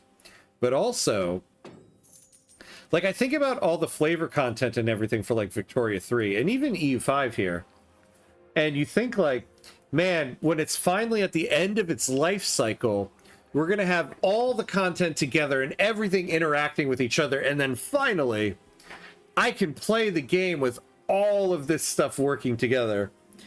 But what's ironic about the whole thing is that's when the game is at the end of its life cycle and the next one is coming out. I can't wait to play Victoria 3 at the end of its life cycle. But then at the same time, it's like, oh, but then it's at the end of its life cycle.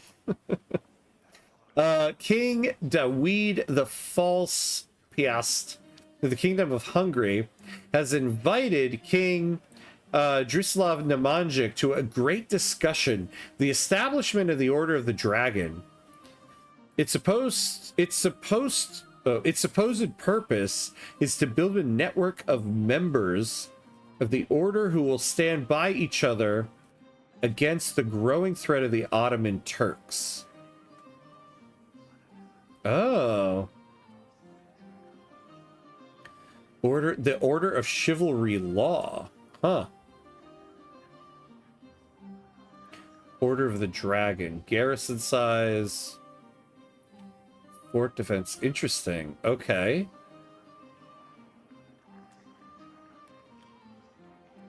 Yeah, no, we'll do this. Oh, recommendations. Have you tried Shadow Empire? I have not. Let me pull it up here.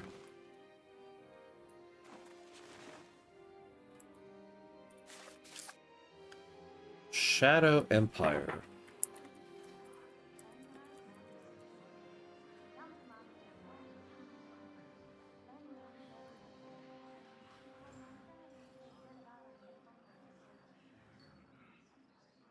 Oh, it's like a space game.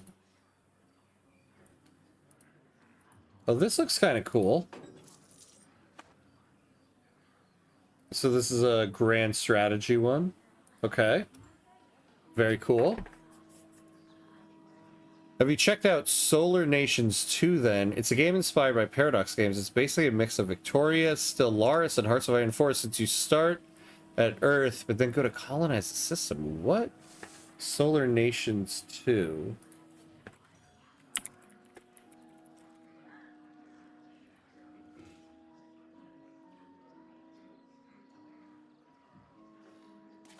Oh, look at this.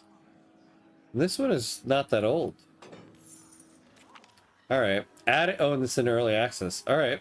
Adding both of these to the wish list.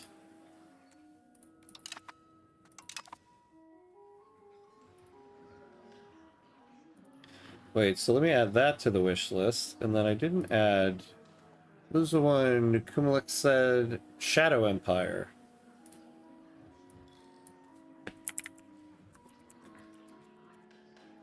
Adding that to the wish list.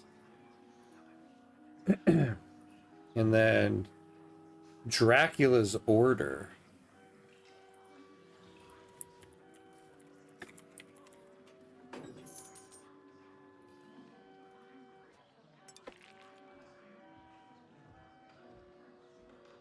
Wait, nothing's coming up on Steam for Dracula's Order. Is that on something else? And you still compete with the other countries all the time. To the point letting Earth alone while colonizing the system to grow in power there is viable. It's a bit like EU5 colonizing too. Oh, okay, cool. I'm gonna check that out. Oh, Dracula is in the Order of the Dragon. Oh, okay, got it. Nice.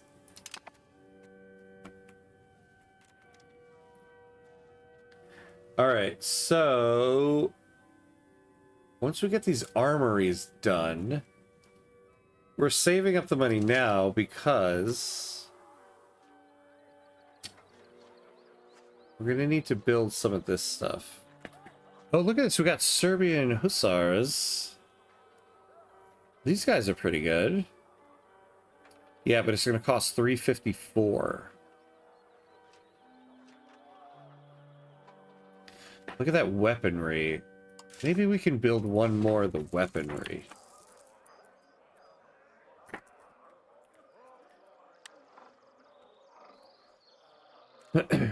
Yeah, so the weaponsmith. We only have one. Let's get one more going.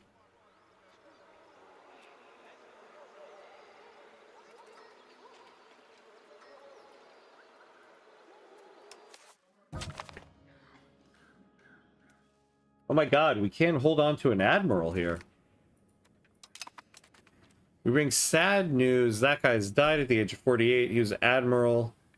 Let's say what he died of.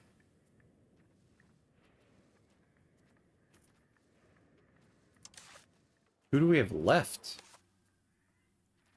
Hussar spam. Yeah. Hell yeah. It looks like a pretty good unit. Though it is a little expensive at the moment.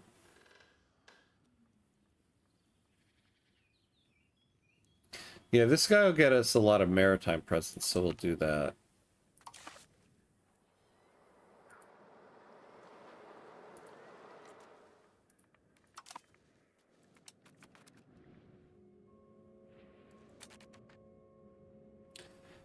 All right, well, I think we're at our stopping point for the night. We did some good stuff this episode, right? I think we did some good stuff. We progressed. The horses yearn to dominate the Balkans. Yeah, they do. Yeah, they do. We're on our way to being able to go after Bulgaria, or at least be able to get an alliance with Hungary. We got 2 more years, or like a year and a half maybe, before we can do that. Once we get an alliance with Hungary, we can go after Bulgaria. So we're moving along. Despite, I'm still going to kick myself over the stupid mistake I made this morning. But we're holding our own. The Byzantine Empire is almost gone. We just got to get to Constantinople. Oh, is there another war?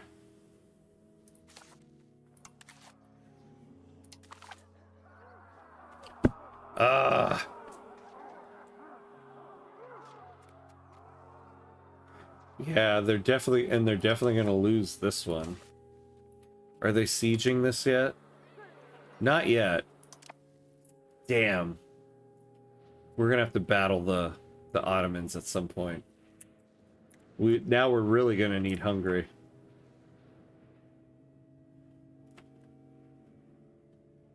Heard they buffed Byzantine crazy in the new update. Yeah. Yeah, they certainly did. I mean, there's a lot of very fun, unique content. Playing the Byzantine Empire in Fate of the Phoenix is a lot of fun. A lot of stuff going on. But man, is it... it's a little tough. It's a little tough. But yeah, that's going to be it for tonight. The next time I'm going to be on will be tomorrow night. Tomorrow night, we're starting a fresh new run with Civilization 7 with the new Test of Time update.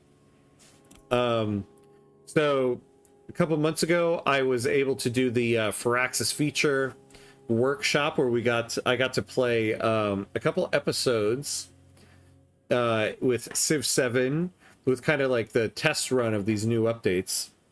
So we only were able to do 2 episodes before it was done. And so now the update is officially released.